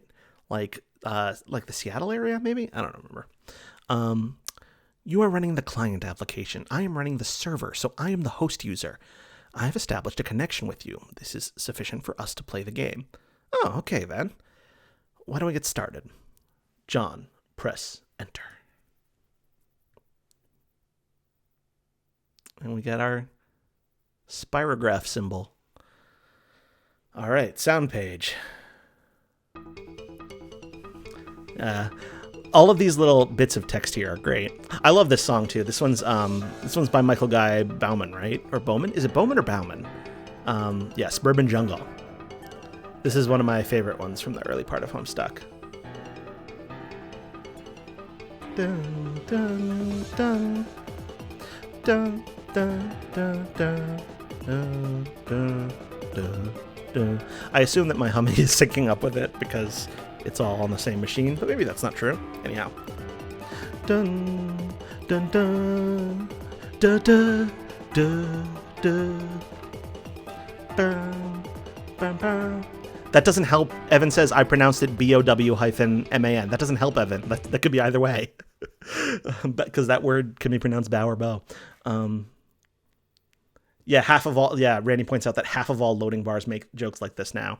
Yeah, I feel like that wasn't quite as much a thing in 2009 when this started. It was probably, it's probably not original to Homestuck, but yeah, like, I don't know, when you log into like Discord or whatever, like it has jokes like that. Anyhow, um, okay, so Spurb, we're in it. Okay, we have a little message from Andrew Hussey. That's mouse over the interface buttons. So these ones don't do anything.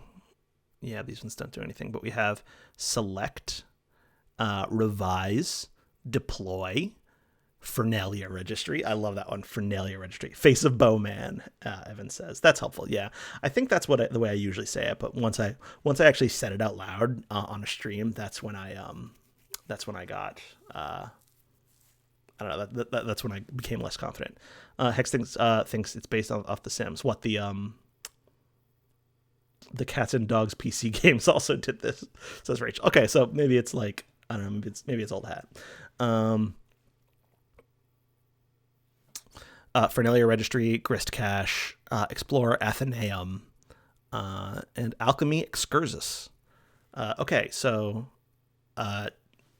we've now gotten to TT, Select Magic Chest. So now we're talking about TT now instead of John. TT being the friend he was just chatting with, who is now connected to him. So they're playing Spurb with TT as the host and John as the client. So they're playing an online game together where TT now has control over this interface. Okay. Select Magic Chest. So TT is able to, TT zoom out.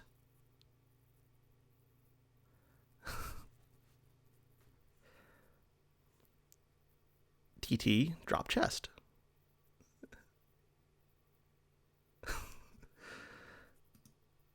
Whoa, what are you doing?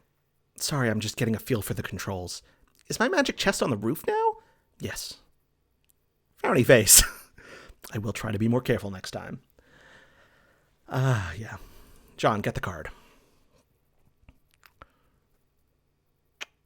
You find your missing stack, fetch, modus, and quickly reapply it to your Sylladex. You can now opt for either the stack or the Q modus anytime. You toggle between your fetch modi with gleeful abandon. Looking out the window. It looks like your dad is leaving again for more baking supplies. You're relieved to have the house to yourself again, if only for a few minutes. You just hope he doesn't notice the magic chest on the roof, or all the shit you threw out the window for that matter. TT, select stuff in your yard. TT, select stuff in yard and move it back into room.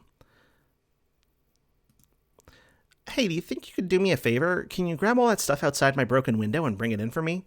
I'll give it a shot. Thanks. No luck. It appears to be out of range. I am guessing it's too far away from you, the player. Frowny face. TT, select John. You cannot select a player. John abjures the meddlesome cursor. TT, select Bunny. TT, put the bunny back in the box. TT, revise room.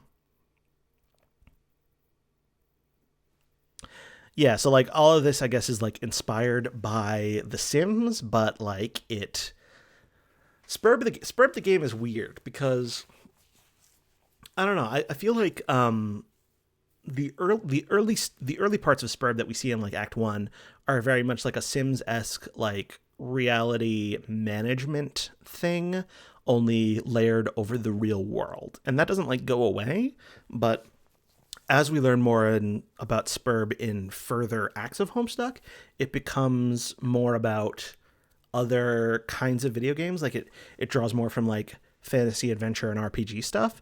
I mean, and the Sims-esque stuff does wrap back around to relevance eventually. I feel like, especially in the very late part of Homestuck, when you kind of learn more about like the ultimate purpose of like how it all works, but.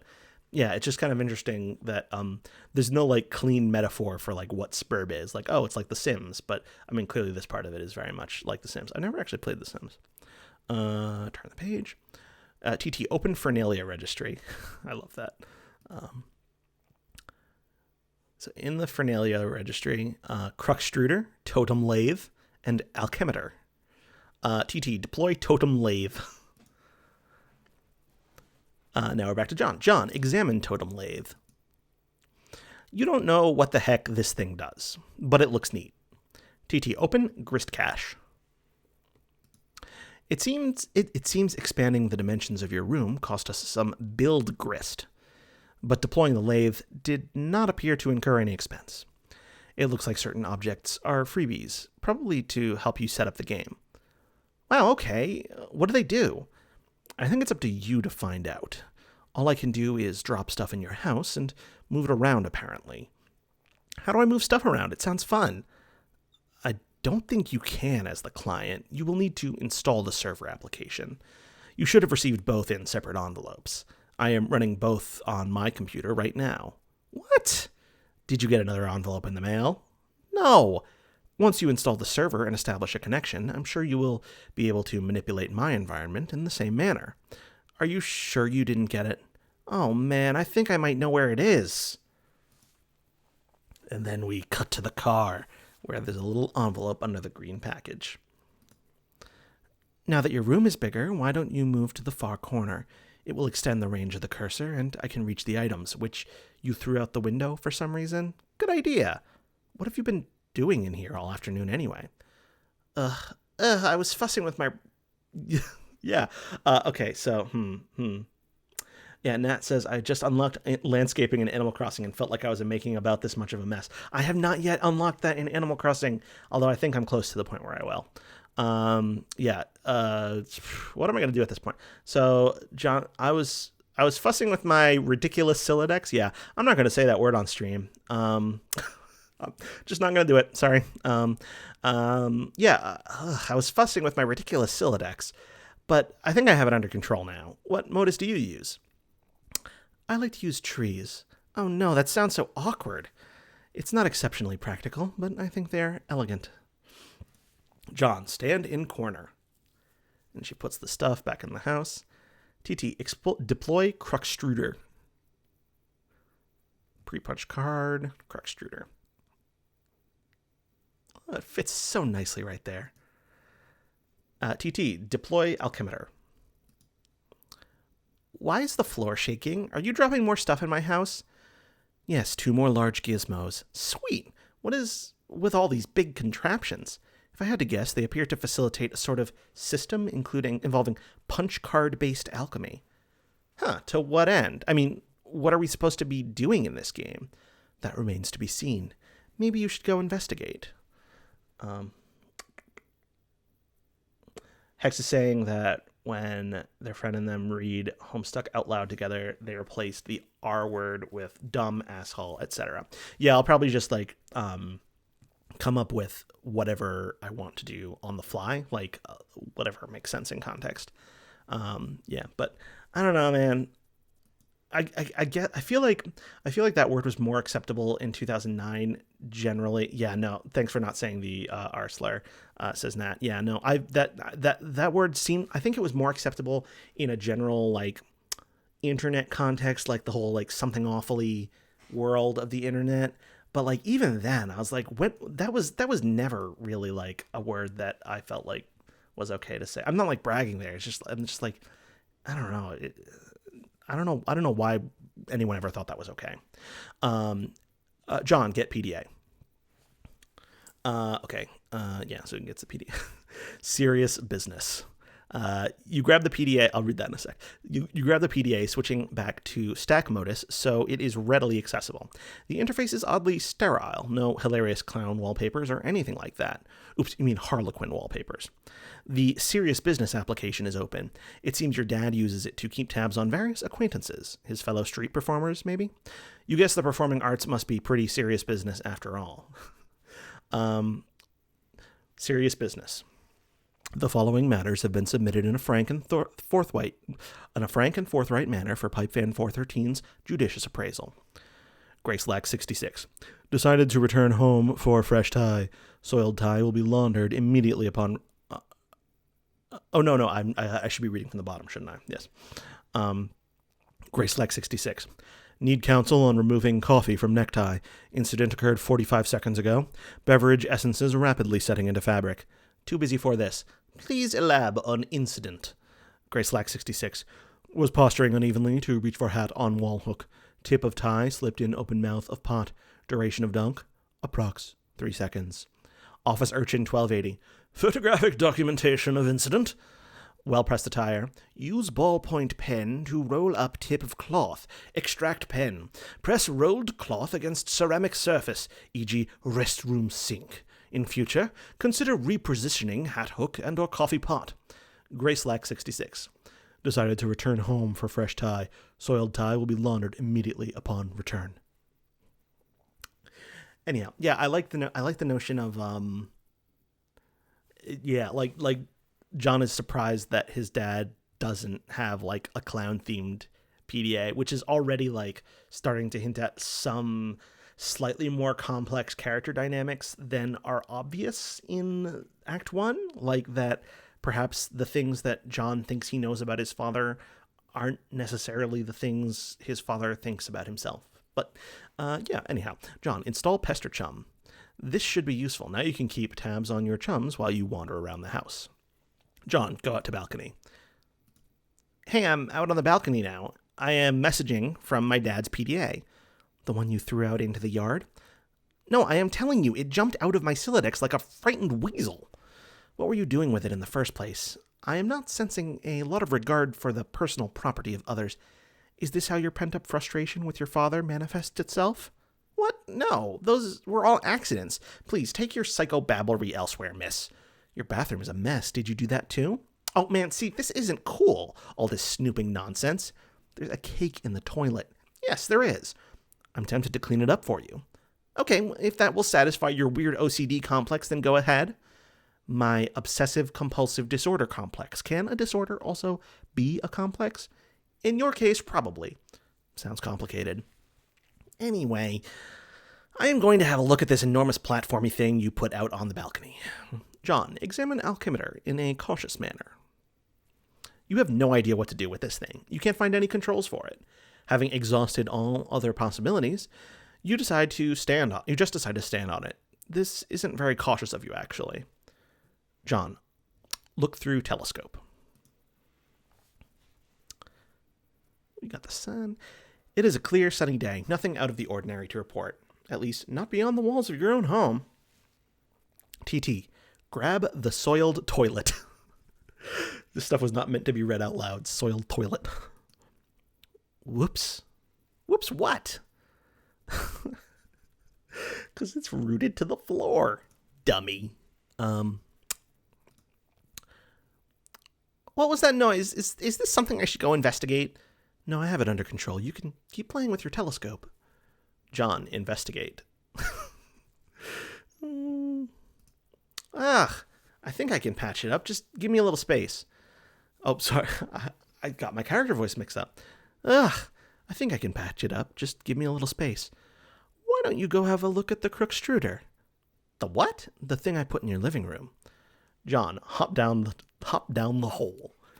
You jump down into the utility room. John, get sledgehammer and card. You take the sledgehammer and the capsulog card, combine the two, and quickly apply it to your Strife Specibus. You think it's cool that things don't always have to be a federal fucking issue. This is like one of the first examples of them like skipping over some of the mechanics because like, okay, you've got the hang of it. You don't need to go through literally everything now. It looks like another one of your chums is pestering you on your PDA. John, answer chum. Garden Gnostic began pestering ectobiologist at 1725. John, did you get my package? Oh, hey, no, not yet. Darn, are you sure? It was in a green box. Oh, yes, but it is in my dad's car, and he's still out at the store. He should be back soon. Great, so what are you up to today? I am up to my neck in this suburb stuff. TT is making a royal mess of my house. Lol, what's suburb? I'm doing two high voices here. It is this game? It's okay, I guess. I'm still figuring it out. Whoa, what was that? What was what? There was a loud noise outside my house. It sounded like an explosion. Wow, really? I will go outside and look. Oh man, all right, but be careful, okay? I will. Garden Gnostic ceased pestering ectobiologist at 1728. John, might as well check out the Crookstruder. Oh, hell no, you put this thing in front of the door? There's a door there? Yeah. I didn't see it. I just thought it fit nicely into that groove. You mean you thought it was elegant? Oh, Okay, well, what do I do with this thing? Hello? What are you doing up there now?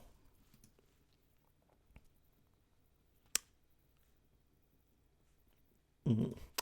Oh, fuck. She takes the toilet. Yeah, the bathtub. Oh, fuck. John, examine wheel on the crux extruder. When you turn the wheel, something seems to be pushing up from underneath the lid, but you aren't strong enough to make the lid come off. TT, put bathtub in driveway. On the tub's journey to the driveway, the connection is interrupted. Connection lost. John, scold TT. This is another, like, one of the realities of online gaming. Sometimes the connection ain't so great. You can see me, right? Tell me what is wrong with this picture. Sorry, I keep losing the wireless signal. Must be the weather.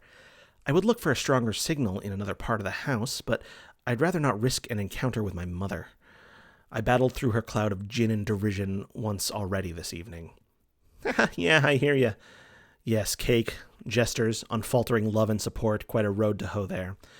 Though I suppose I'm complicit for not informing social services about your situation. I know. What about going outside? Maybe you could catch a neighbor's signal.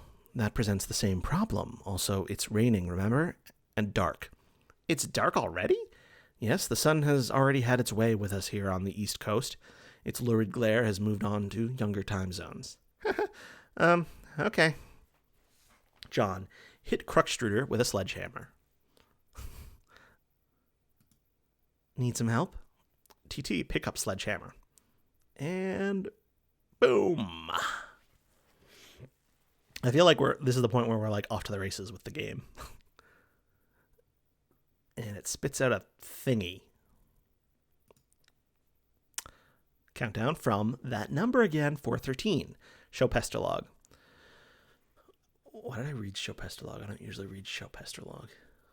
Anyhow.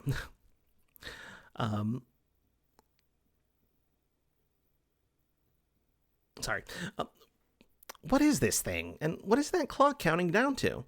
I've been looking at the Game FAQ walkthroughs to figure out some of this stuff. Hold while I read further. Okay. All of these walkthroughs are extremely short. None progress much further than this point. Weird. Well, I mean, it is a new game. True. Now that the lid is off, you will need to extrude some cruxite. John, turn the wheel again. You extrude one cruxite dowel. John, get cruxite. I feel like we should be hurrying. That countdown is making me nervous. John? Oh, your PDA is trapped under the cruxite now, isn't it? Anyway, it looks like you are going to need this card too. TT, deploy pre-punched card. John, get card. A shard of glass is expelled from the deck and maims the Harlequin doll. John, captchalogue fanciful Harlequins. You take 2 fanciful Harlequins. The additional useless freight pushes your PDA to the last card. You then switch to the Q modus so you can access the PDA. More glass shrapnel flies from the deck. Yeah, I like how like you gradually get a sense that he knows what he's doing now. Like he's learned the systems, he's learned how to manipulate them. Yeah, I don't know that it's its own kind of like satisfying narrative. I find there are people who say that Act 1 of Homestuck isn't very good. I don't agree. I mean, obviously, I didn't really get into it until like I feel like it was by the end of Act 2 was when I knew that I was like completely hooked. But I don't know. I find Act 1 has its charms, and maybe I even enjoy it more in retrospect. This being like, I don't know, my 4th or 5th time reading it, if not more. And then you have the weird patterns here. This thing keeps following me around. I think it's trying to talk to me or something. That is probably the kernel sprite. It apparently needs to be prototyped twice, actually. Whatever the hell that means. These walkthroughs are horrendously written. Okay, well, you are the one with the cursor, so just do whatever you think is the right thing to do. Also fix my bathroom. TT, drop maimed Harlequin into kernel sprite. And boom! Okay, we got another sound page.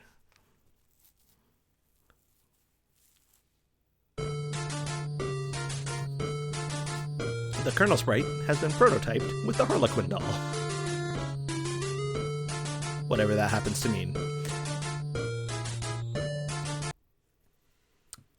I'm not a huge fan of that song, actually. I mean, it's not like pleasant. It's not pleasant to listen to. Okay. I still can't understand this thing's gobbledygook. That was only tier 1 prototyping. I feel like this is a point in Homestuck where, like, I don't know, it gets into like a whole lot of, I don't know, maybe I'm kind of skipping over the, like, I'm not commenting much on what's been going on because I'm like the weird game jargon and stuff is very much ingrained in me, having read Homestuck so many times that I like all of this stuff sounds like meaningful sentences to me. But the notion of, like, oh, you like tier 1 prototyped the Harlequin doll into the Colonel Sprite, like, I don't know, that level of jargon might be, like, forbidding to people who don't have any idea what's going on, which is one of the reasons why I started this stream, to kind of hold your hand and, like, if you've never really read Homestuck or never gotten into it, we're going to take this through baby steps. We're going to understand tier 1 prototyping anyhow. That was only tier 1 prototyping. There's still another tier to the prototyping process, which, for all we know, merely advances this entity through increasingly esoteric states of linguistics. The clock is ticking. We don't have time for this asinine tomfoolery, this unmitigated poppycock. Extravagant hogwash. Okay, stop. Stop typing whatever silly thing you're typing. I'm going upstairs to the big platformy thing. The alchemeter? Huh? Try to learn the lingo. John, use pre-punched card with the alchemeter. There is no slot for a card anywhere to be found on the alchemeter. The Colonel Sprite followed you upstairs. TT, explore Athenaeum. Acquiring a Cruxite dowel seems to have populated the Athenaeum with one item, a perfectly generic object. I just love that. Perfectly generic object.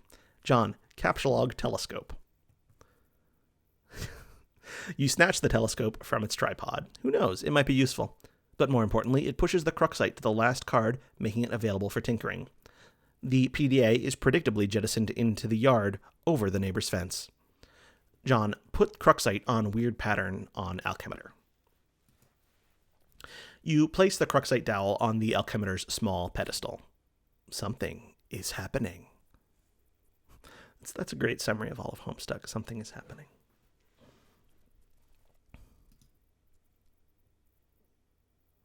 And something is happening. You set the alchemeter to cast 3 perfectly generic objects for some reason, expending a total of 6 units of build grist. These things look completely useless. What a waste. Out of the corner of your eye, you notice there's something in the sky. Nat says, I feel like Second Life taught us that cube should be plywood textured. I never played Second Life, so maybe, I don't know. I guess I'm missing that reference. But anyhow, John, switch modus and use telescope to inspect sky. You switch back to stack modus and get a closer look with your telescope. Whatever it is, the Colonel Sprite seems particularly agitated about it. Yeah, I feel like folks who are, I don't know, what's the term for people who, like, are sensitive to, like, quickly blinking, is it photosensitive? Is that that term? People who are, like, sensitive to, like, quickly blinking animated GIFs or GIFs or whatever. I feel like Homestuck is not necessarily entirely friendly to them, which I guess isn't an inherently bad thing to, like, have those things. I just, maybe they should signpost it a bit more with, like, warnings. Also, like, why is the ghost creature, why is the ghost blue on John now? Yeah, anyhow. Turn the page. Ooh, what's that up there? That's not something we like. 3 minutes and 10 seconds on the countdown clock, or counting down from 3:10 to 3:00. Yeah. Photosensitive epilepsy, Nat says, yeah. Anyhow, okay, next page. And also not great for some autistic people. I knew it wasn't just folks with epilepsy. I knew there were other folks I didn't know as autism in particular. Evan is mentioning that some epileptic readers use a GIF slower downer or if you prefer, a GIF slower downer. I think if you're reading Homestuck, I don't know. I wish they would signpost that a bit more, like on the site itself. But because like they warn you when there's a page with sound, but they don't warn you when there's a page with something that could like be hazardous to certain readers. Anyhow, you're no astronomer, but its trajectory looks suspiciously head-on with your current perspective. This is a troubling development. John, high five Colonel Sprite. You figure you've left him hanging long enough. John, attempt to ingest a unit of Build Grist. It is tempting because they strongly resemble Rockin' Blue Raspberry Gushers. However, units of Build Grist are a gaming abstraction and do not seem to exist on the physical plane. There is apparently no crisis so imminent that will deter you from contemplating idiotic and frivolous actions. Your dad is getting home. John, what did you do with your PDA this time? I'm working on the bathroom, but we are running low on Build Grist. TT, revise bathroom. All nice and tidy. Father's confused. Father's confused. I love, I don't know, it just like reminds me of like just NPCs in a video game. I mean, what's springing to mind is Breath of the Wild right now, which obviously came out many years after this. But like the little question mark that guts on top of their head when like a bokoblin or whatever notices something weird is going on. Anyhow, John, run to your room and contact TT through Pester Chum. 2 chums have been trying to message you. John, answer chums. I'm working on the bathroom, but we are running low on Build Grist. Oh man, who cares about the bathroom? Now there's a meteor heading for my house. I see. Do you suppose it has anything to do with the game? I don't know. Maybe. What do I do? I think it's very likely. The walkthroughs vaguely suggest an impending threat before they end. The already poorly constructed sentences become even more curt and ambiguous, as if written hastily and with a sense of alarm. Actually, their dedication to updating the walkthrough under such circumstances is admirable. Wow, fascinating. If the meteor is a game construct, I think the only thing to do is proceed and try to solve the dilemma on the game's terms. Try using the lathe. It says you can use the card on it, but it isn't more specific than that. Okay, I'll do that. Really, it is a labor to read this drivel. If I read any more, my brain will need to be spoon-fed from a jar, while it blows spit bubbles in a high chair. I think I will write my own walkthrough. That is, after we make sure you don't die. Turntech Godhead began pestering ectobiologist at 1734. I heard you got the box. I hope you appreciate my heroic fatherly perseverance in getting it to you, in my rough and tumble dirty wife-beatery sort of way.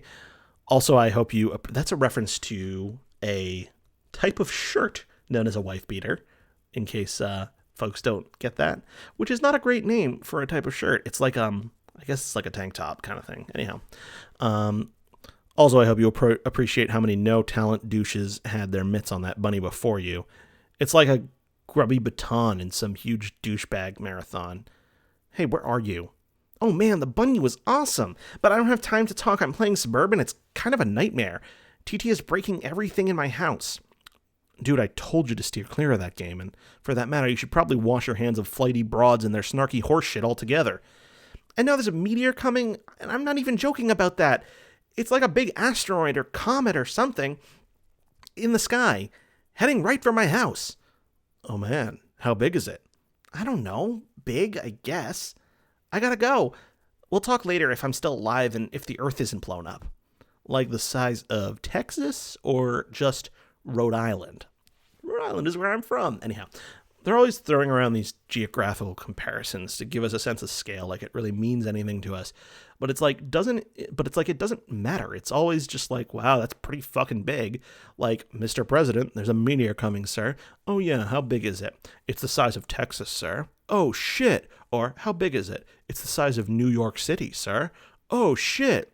Or, sir, I'm afraid the comet is the size of your mom's dick. Oh snap. Sir, are you familiar with Jupiter? You mean like the planet? Yeah. Well, it's that big, sir. That sounds pretty big. I have a question. Is it Jupiter? Yes, sir.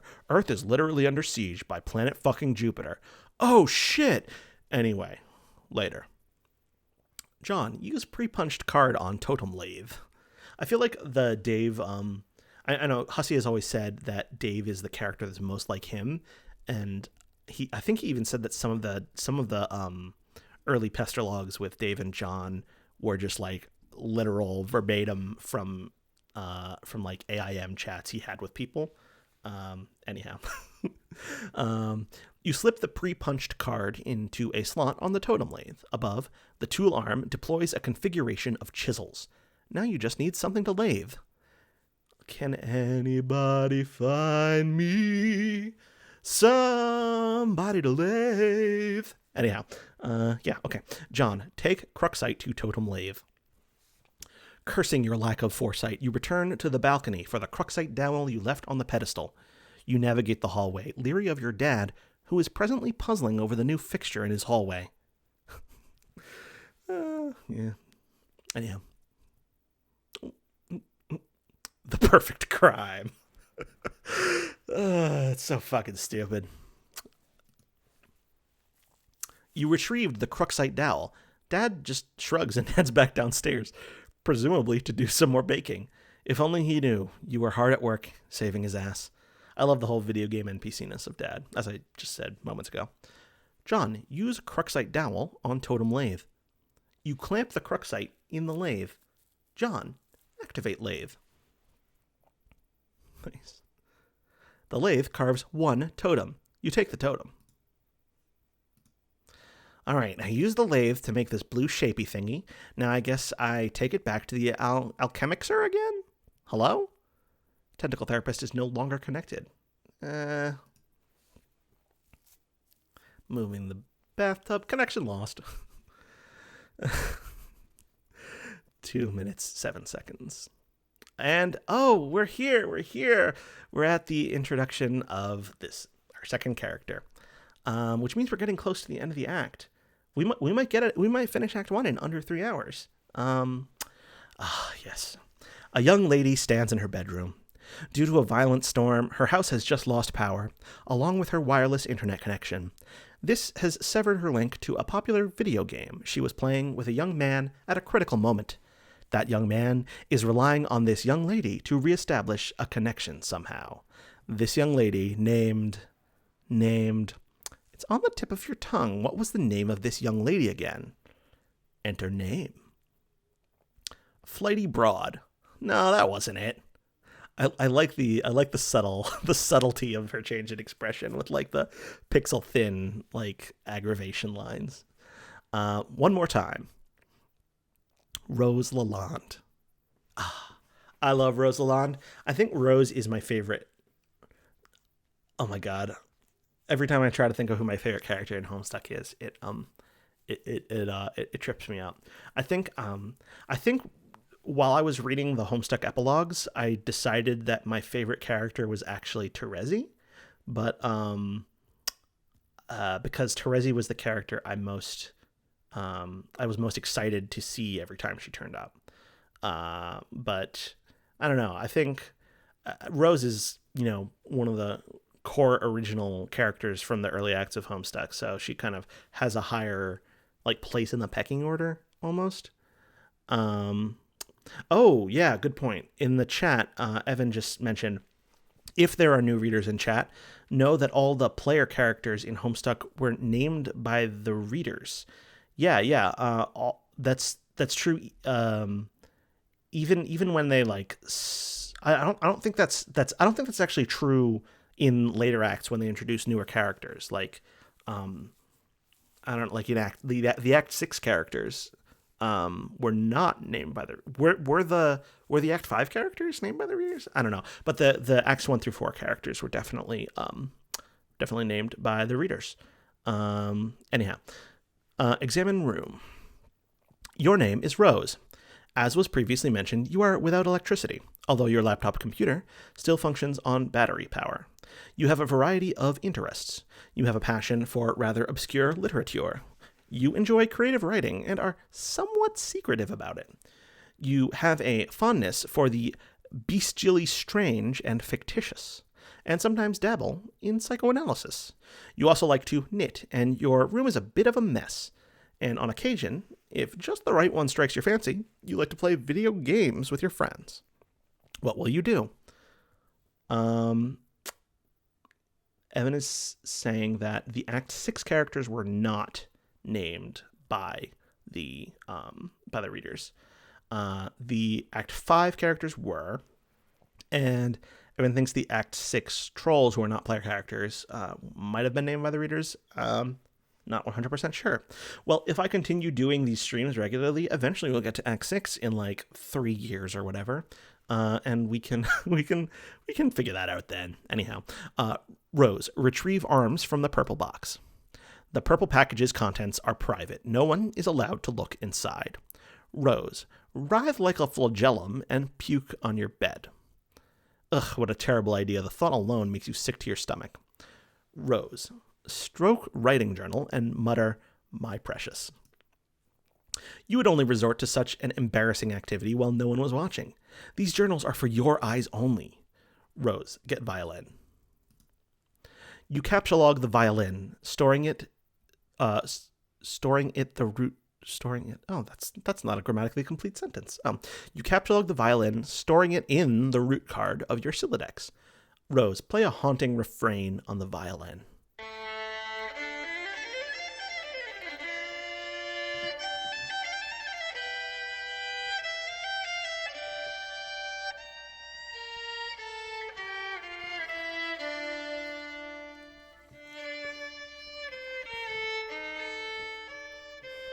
You waste approximately 40 seconds playing the violin while your friend is in peril. Nice time management skills there, sweetheart.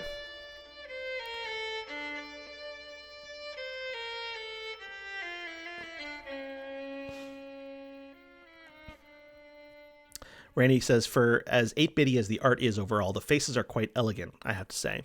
Yeah, that's definitely true. I think he experiments with a lot of other art styles later on. Actually, one of the things we're seeing on screen right now is these character portraits are. Evan says he doesn't even know what that song is. I forget what it's called. Yeah, I forget what that one's called. It begins with an A though.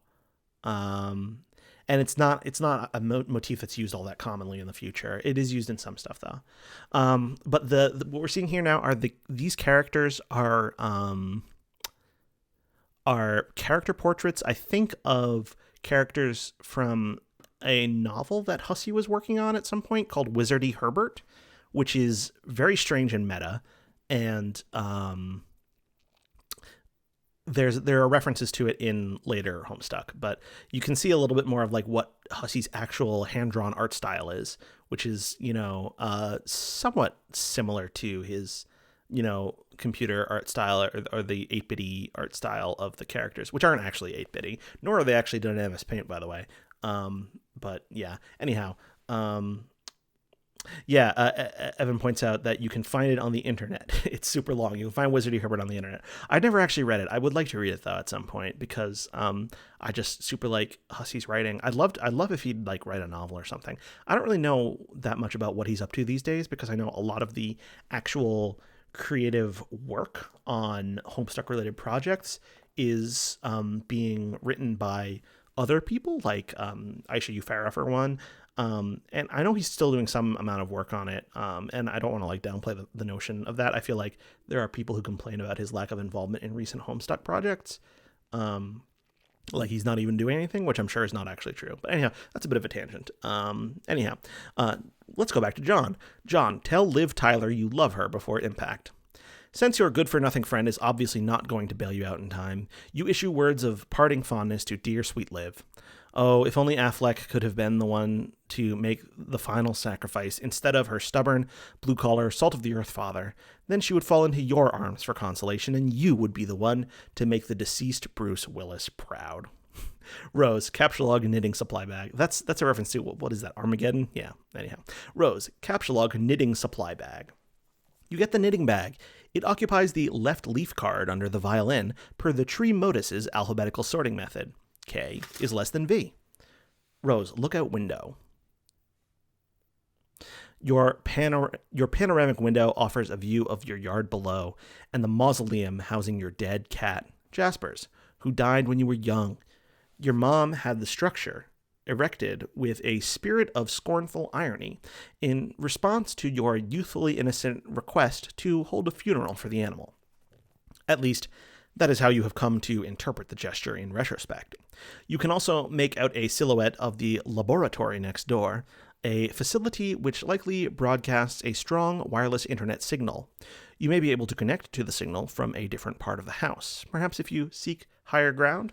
I love that the cat is named Jasper's. Early on, when Tumblr first started talking about Steven Universe, there's a character in Steven Universe named Rose Quartz, often just referred to as Rose, and there's a character named Jasper, and some people were talking about like Rose and Jasper, and I was like, oh, that's like a Homestuck thing. Anyhow, Rose, get laptop. You take your laptop and prepare to make the journey through the house. L is less than V. L is greater than K. This causes the tree to be unbalanced, so your Sylladex auto-balances itself. Now the laptop occupies the root card, while the other two items comprise the leaves. This is like we're learning a completely different way of organizing the Sylladex, which is much more bizarre and confusing. And I don't know. I feel like the story has less of an expectation that you're going to learn the rules of this one. It's more just there to kind of reveal character and show how Rose is a little bit of a differently minded person to John and TG, whoever that is.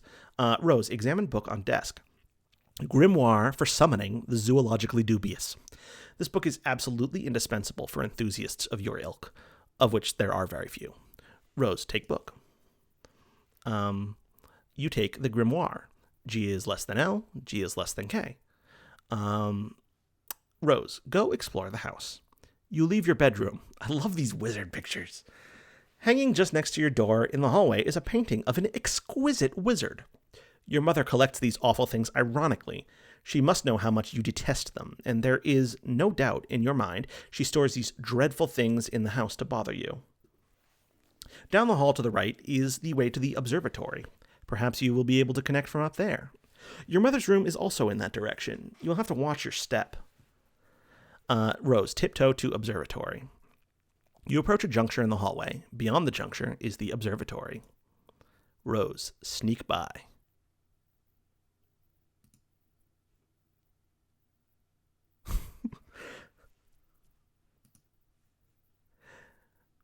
This door leads up to the observatory. You haven't ventured up there in quite some time.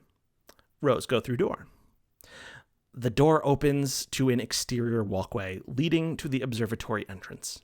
You've seen less inclement weather before. Oh, the things you'll do to help out a friend. Rose, hurry up to that observatory. Rose, try to connect. You first put your laptop down on the floor to get it situated, but removing it from the root card causes all the branches and leaves to be severed. Your items are dumped unceremoniously on the floor. Rose, see what you can observe.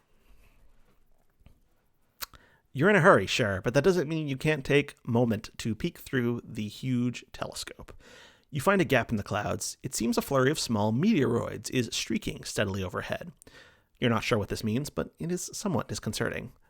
Rose, stack laptop on Grimoire to maximize elevation. This is a great picture. You'll need every advantage you can get. Rose, access laboratory Wi-Fi network. I don't know why I say laboratory. I think I say it because of Dexter from Dexter's Lab saying it that way. Anyhow, Rose, access laboratory Wi-Fi network. Game FAQs. Game FAQs, a website that has not really changed much over the years. There are several signals being broadcasted from the laboratory, each of a relatively decent strength. One of them is mysteriously and quite conveniently unsecured, requiring no password. You select the signal and reconnect to the game with John. Page turn. 40 seconds left. I'm back. Hurry up and open my door. Not that it even matters. I think I'm probably dead no matter what.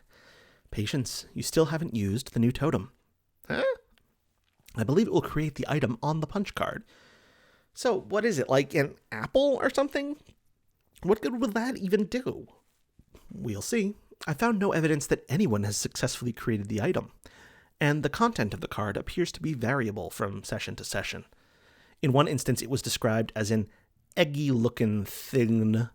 Sick. Do we have enough of those building jewels to make it? According to the Athenaeum, it is a free item. This speaks to its importance, in my view. Now, off you go.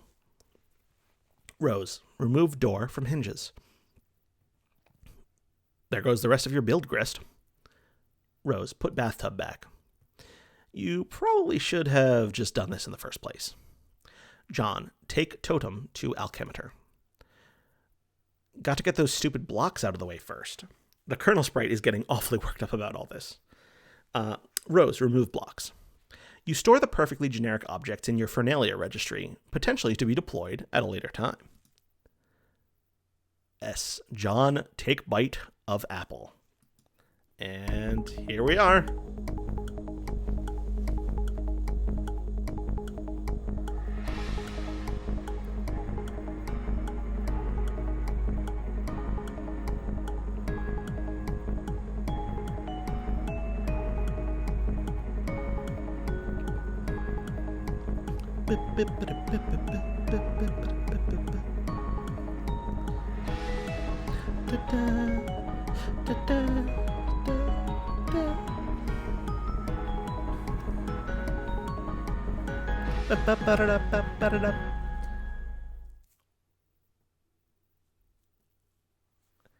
And explosion. That's how John dies, and well, yeah, he's gone and gone forever. End of Act 1. And the curtain closes, and that is the end of That's the end of Homestuck. That's the end of Well, it's the end of Act 1. And I think that's at the very least, it's the end of the stream for now. Yeah, anyhow. Okay, so I think that's going to be it. I think if this is something that people enjoyed, then maybe we can do Act 2 some point in the future, since we're all still Homestuck. I feel like Act 2 is where it really heats up. Randy mentions that this is the original John dies at the end. Yeah, I feel like Act 2 is where Homestuck really starts to come... I don't know. I feel like the end of Act 2 is maybe the point where when I first read Homestuck, I read it when I was really sick. I think it was a cold. I think I had a really bad cold. And I think the end of Act 2 was the point where like I had to like get up and pace around my room, like clutching my head, like, oh my God, what is this that I'm experiencing? So we're not quite there yet. So if you watched all of this and you're like, yeah, Homestuck is not for me, then honestly, I think that's fair, and you could probably check out at this point. But if you're still a little curious about like what do other people see in Homestuck, then I think I don't know. I think Act 2 it might hook you in a way Act 1 didn't. What I will also say is that the conversations between characters in the text chat, the Pester logs, those are much more like indicative of what Homestuck is and what's good about it and what it's going to become, because they become increasingly prominent as Homestuck continues. They get longer, they get more numerous. There are sections where there's a lot less like the user inputs a command and then the narrator narrates the results of it. There's a lot more just interpersonal stuff in the chats. So if you're finding you're enjoying those and you're wishing it was more like that, then it becomes more like that. Yeah, what I will also say though is if there's interest in doing another stream, then I probably will want to make pre-arrangements with someone to help me out, because I don't know, I'm starting to get a little parched because I've just been talking for like 2 hours and 22 minutes. Yeah, so if anyone in the chat feels compelled to join in, either to voice a character or maybe just like we can take turns reading through, I think that would be a little bit more fun. I'm also going to I'm going to leave the VOD of this available on YouTube. So if anyone else wants to watch it in the future, this could be a way to. I mean, if you're a stranger who doesn't know who I am, then you probably don't need me reading Homestuck in order to get you into it. But I don't know if anyone wants to watch it in the future. I'll probably keep the VODs up. But Nat says, I mean, if you want to work out what other people see in this, you've got to at least get to the characters in all the fan art. That's a good point. A lot of the most popular characters were introduced in Act 5, which is the structure of Homestuck's very strange because there are 7 acts, and you would think that Act 5 is pretty late in the game, but the way it kind of divides up is the first quarter of Homestuck is Acts 1 through 4, and then the second quarter of Homestuck is Act 5, and then the third and fourth quarters, like the whole second half of Homestuck, is pretty much Act 6, and then Act 7 is a little tag on the end. But yeah. Evan and Hex both saying they'd be down to VA someone. Hex saying that they're not very good at VA, but you got to practice somehow. Hey, I don't really think of it as VA. I'm not that much of an actor myself. Although I do fancy myself a pretty good reader. Anyhow. Okay, so I think, Nat says that Act 1 is like the pre-credits. I would say that imagine like reading the Harry Potter series and deciding based on just like the first 3 or 4 chapters of Harry Potter and the Philosopher's Stone that, Harry Potter is not for me.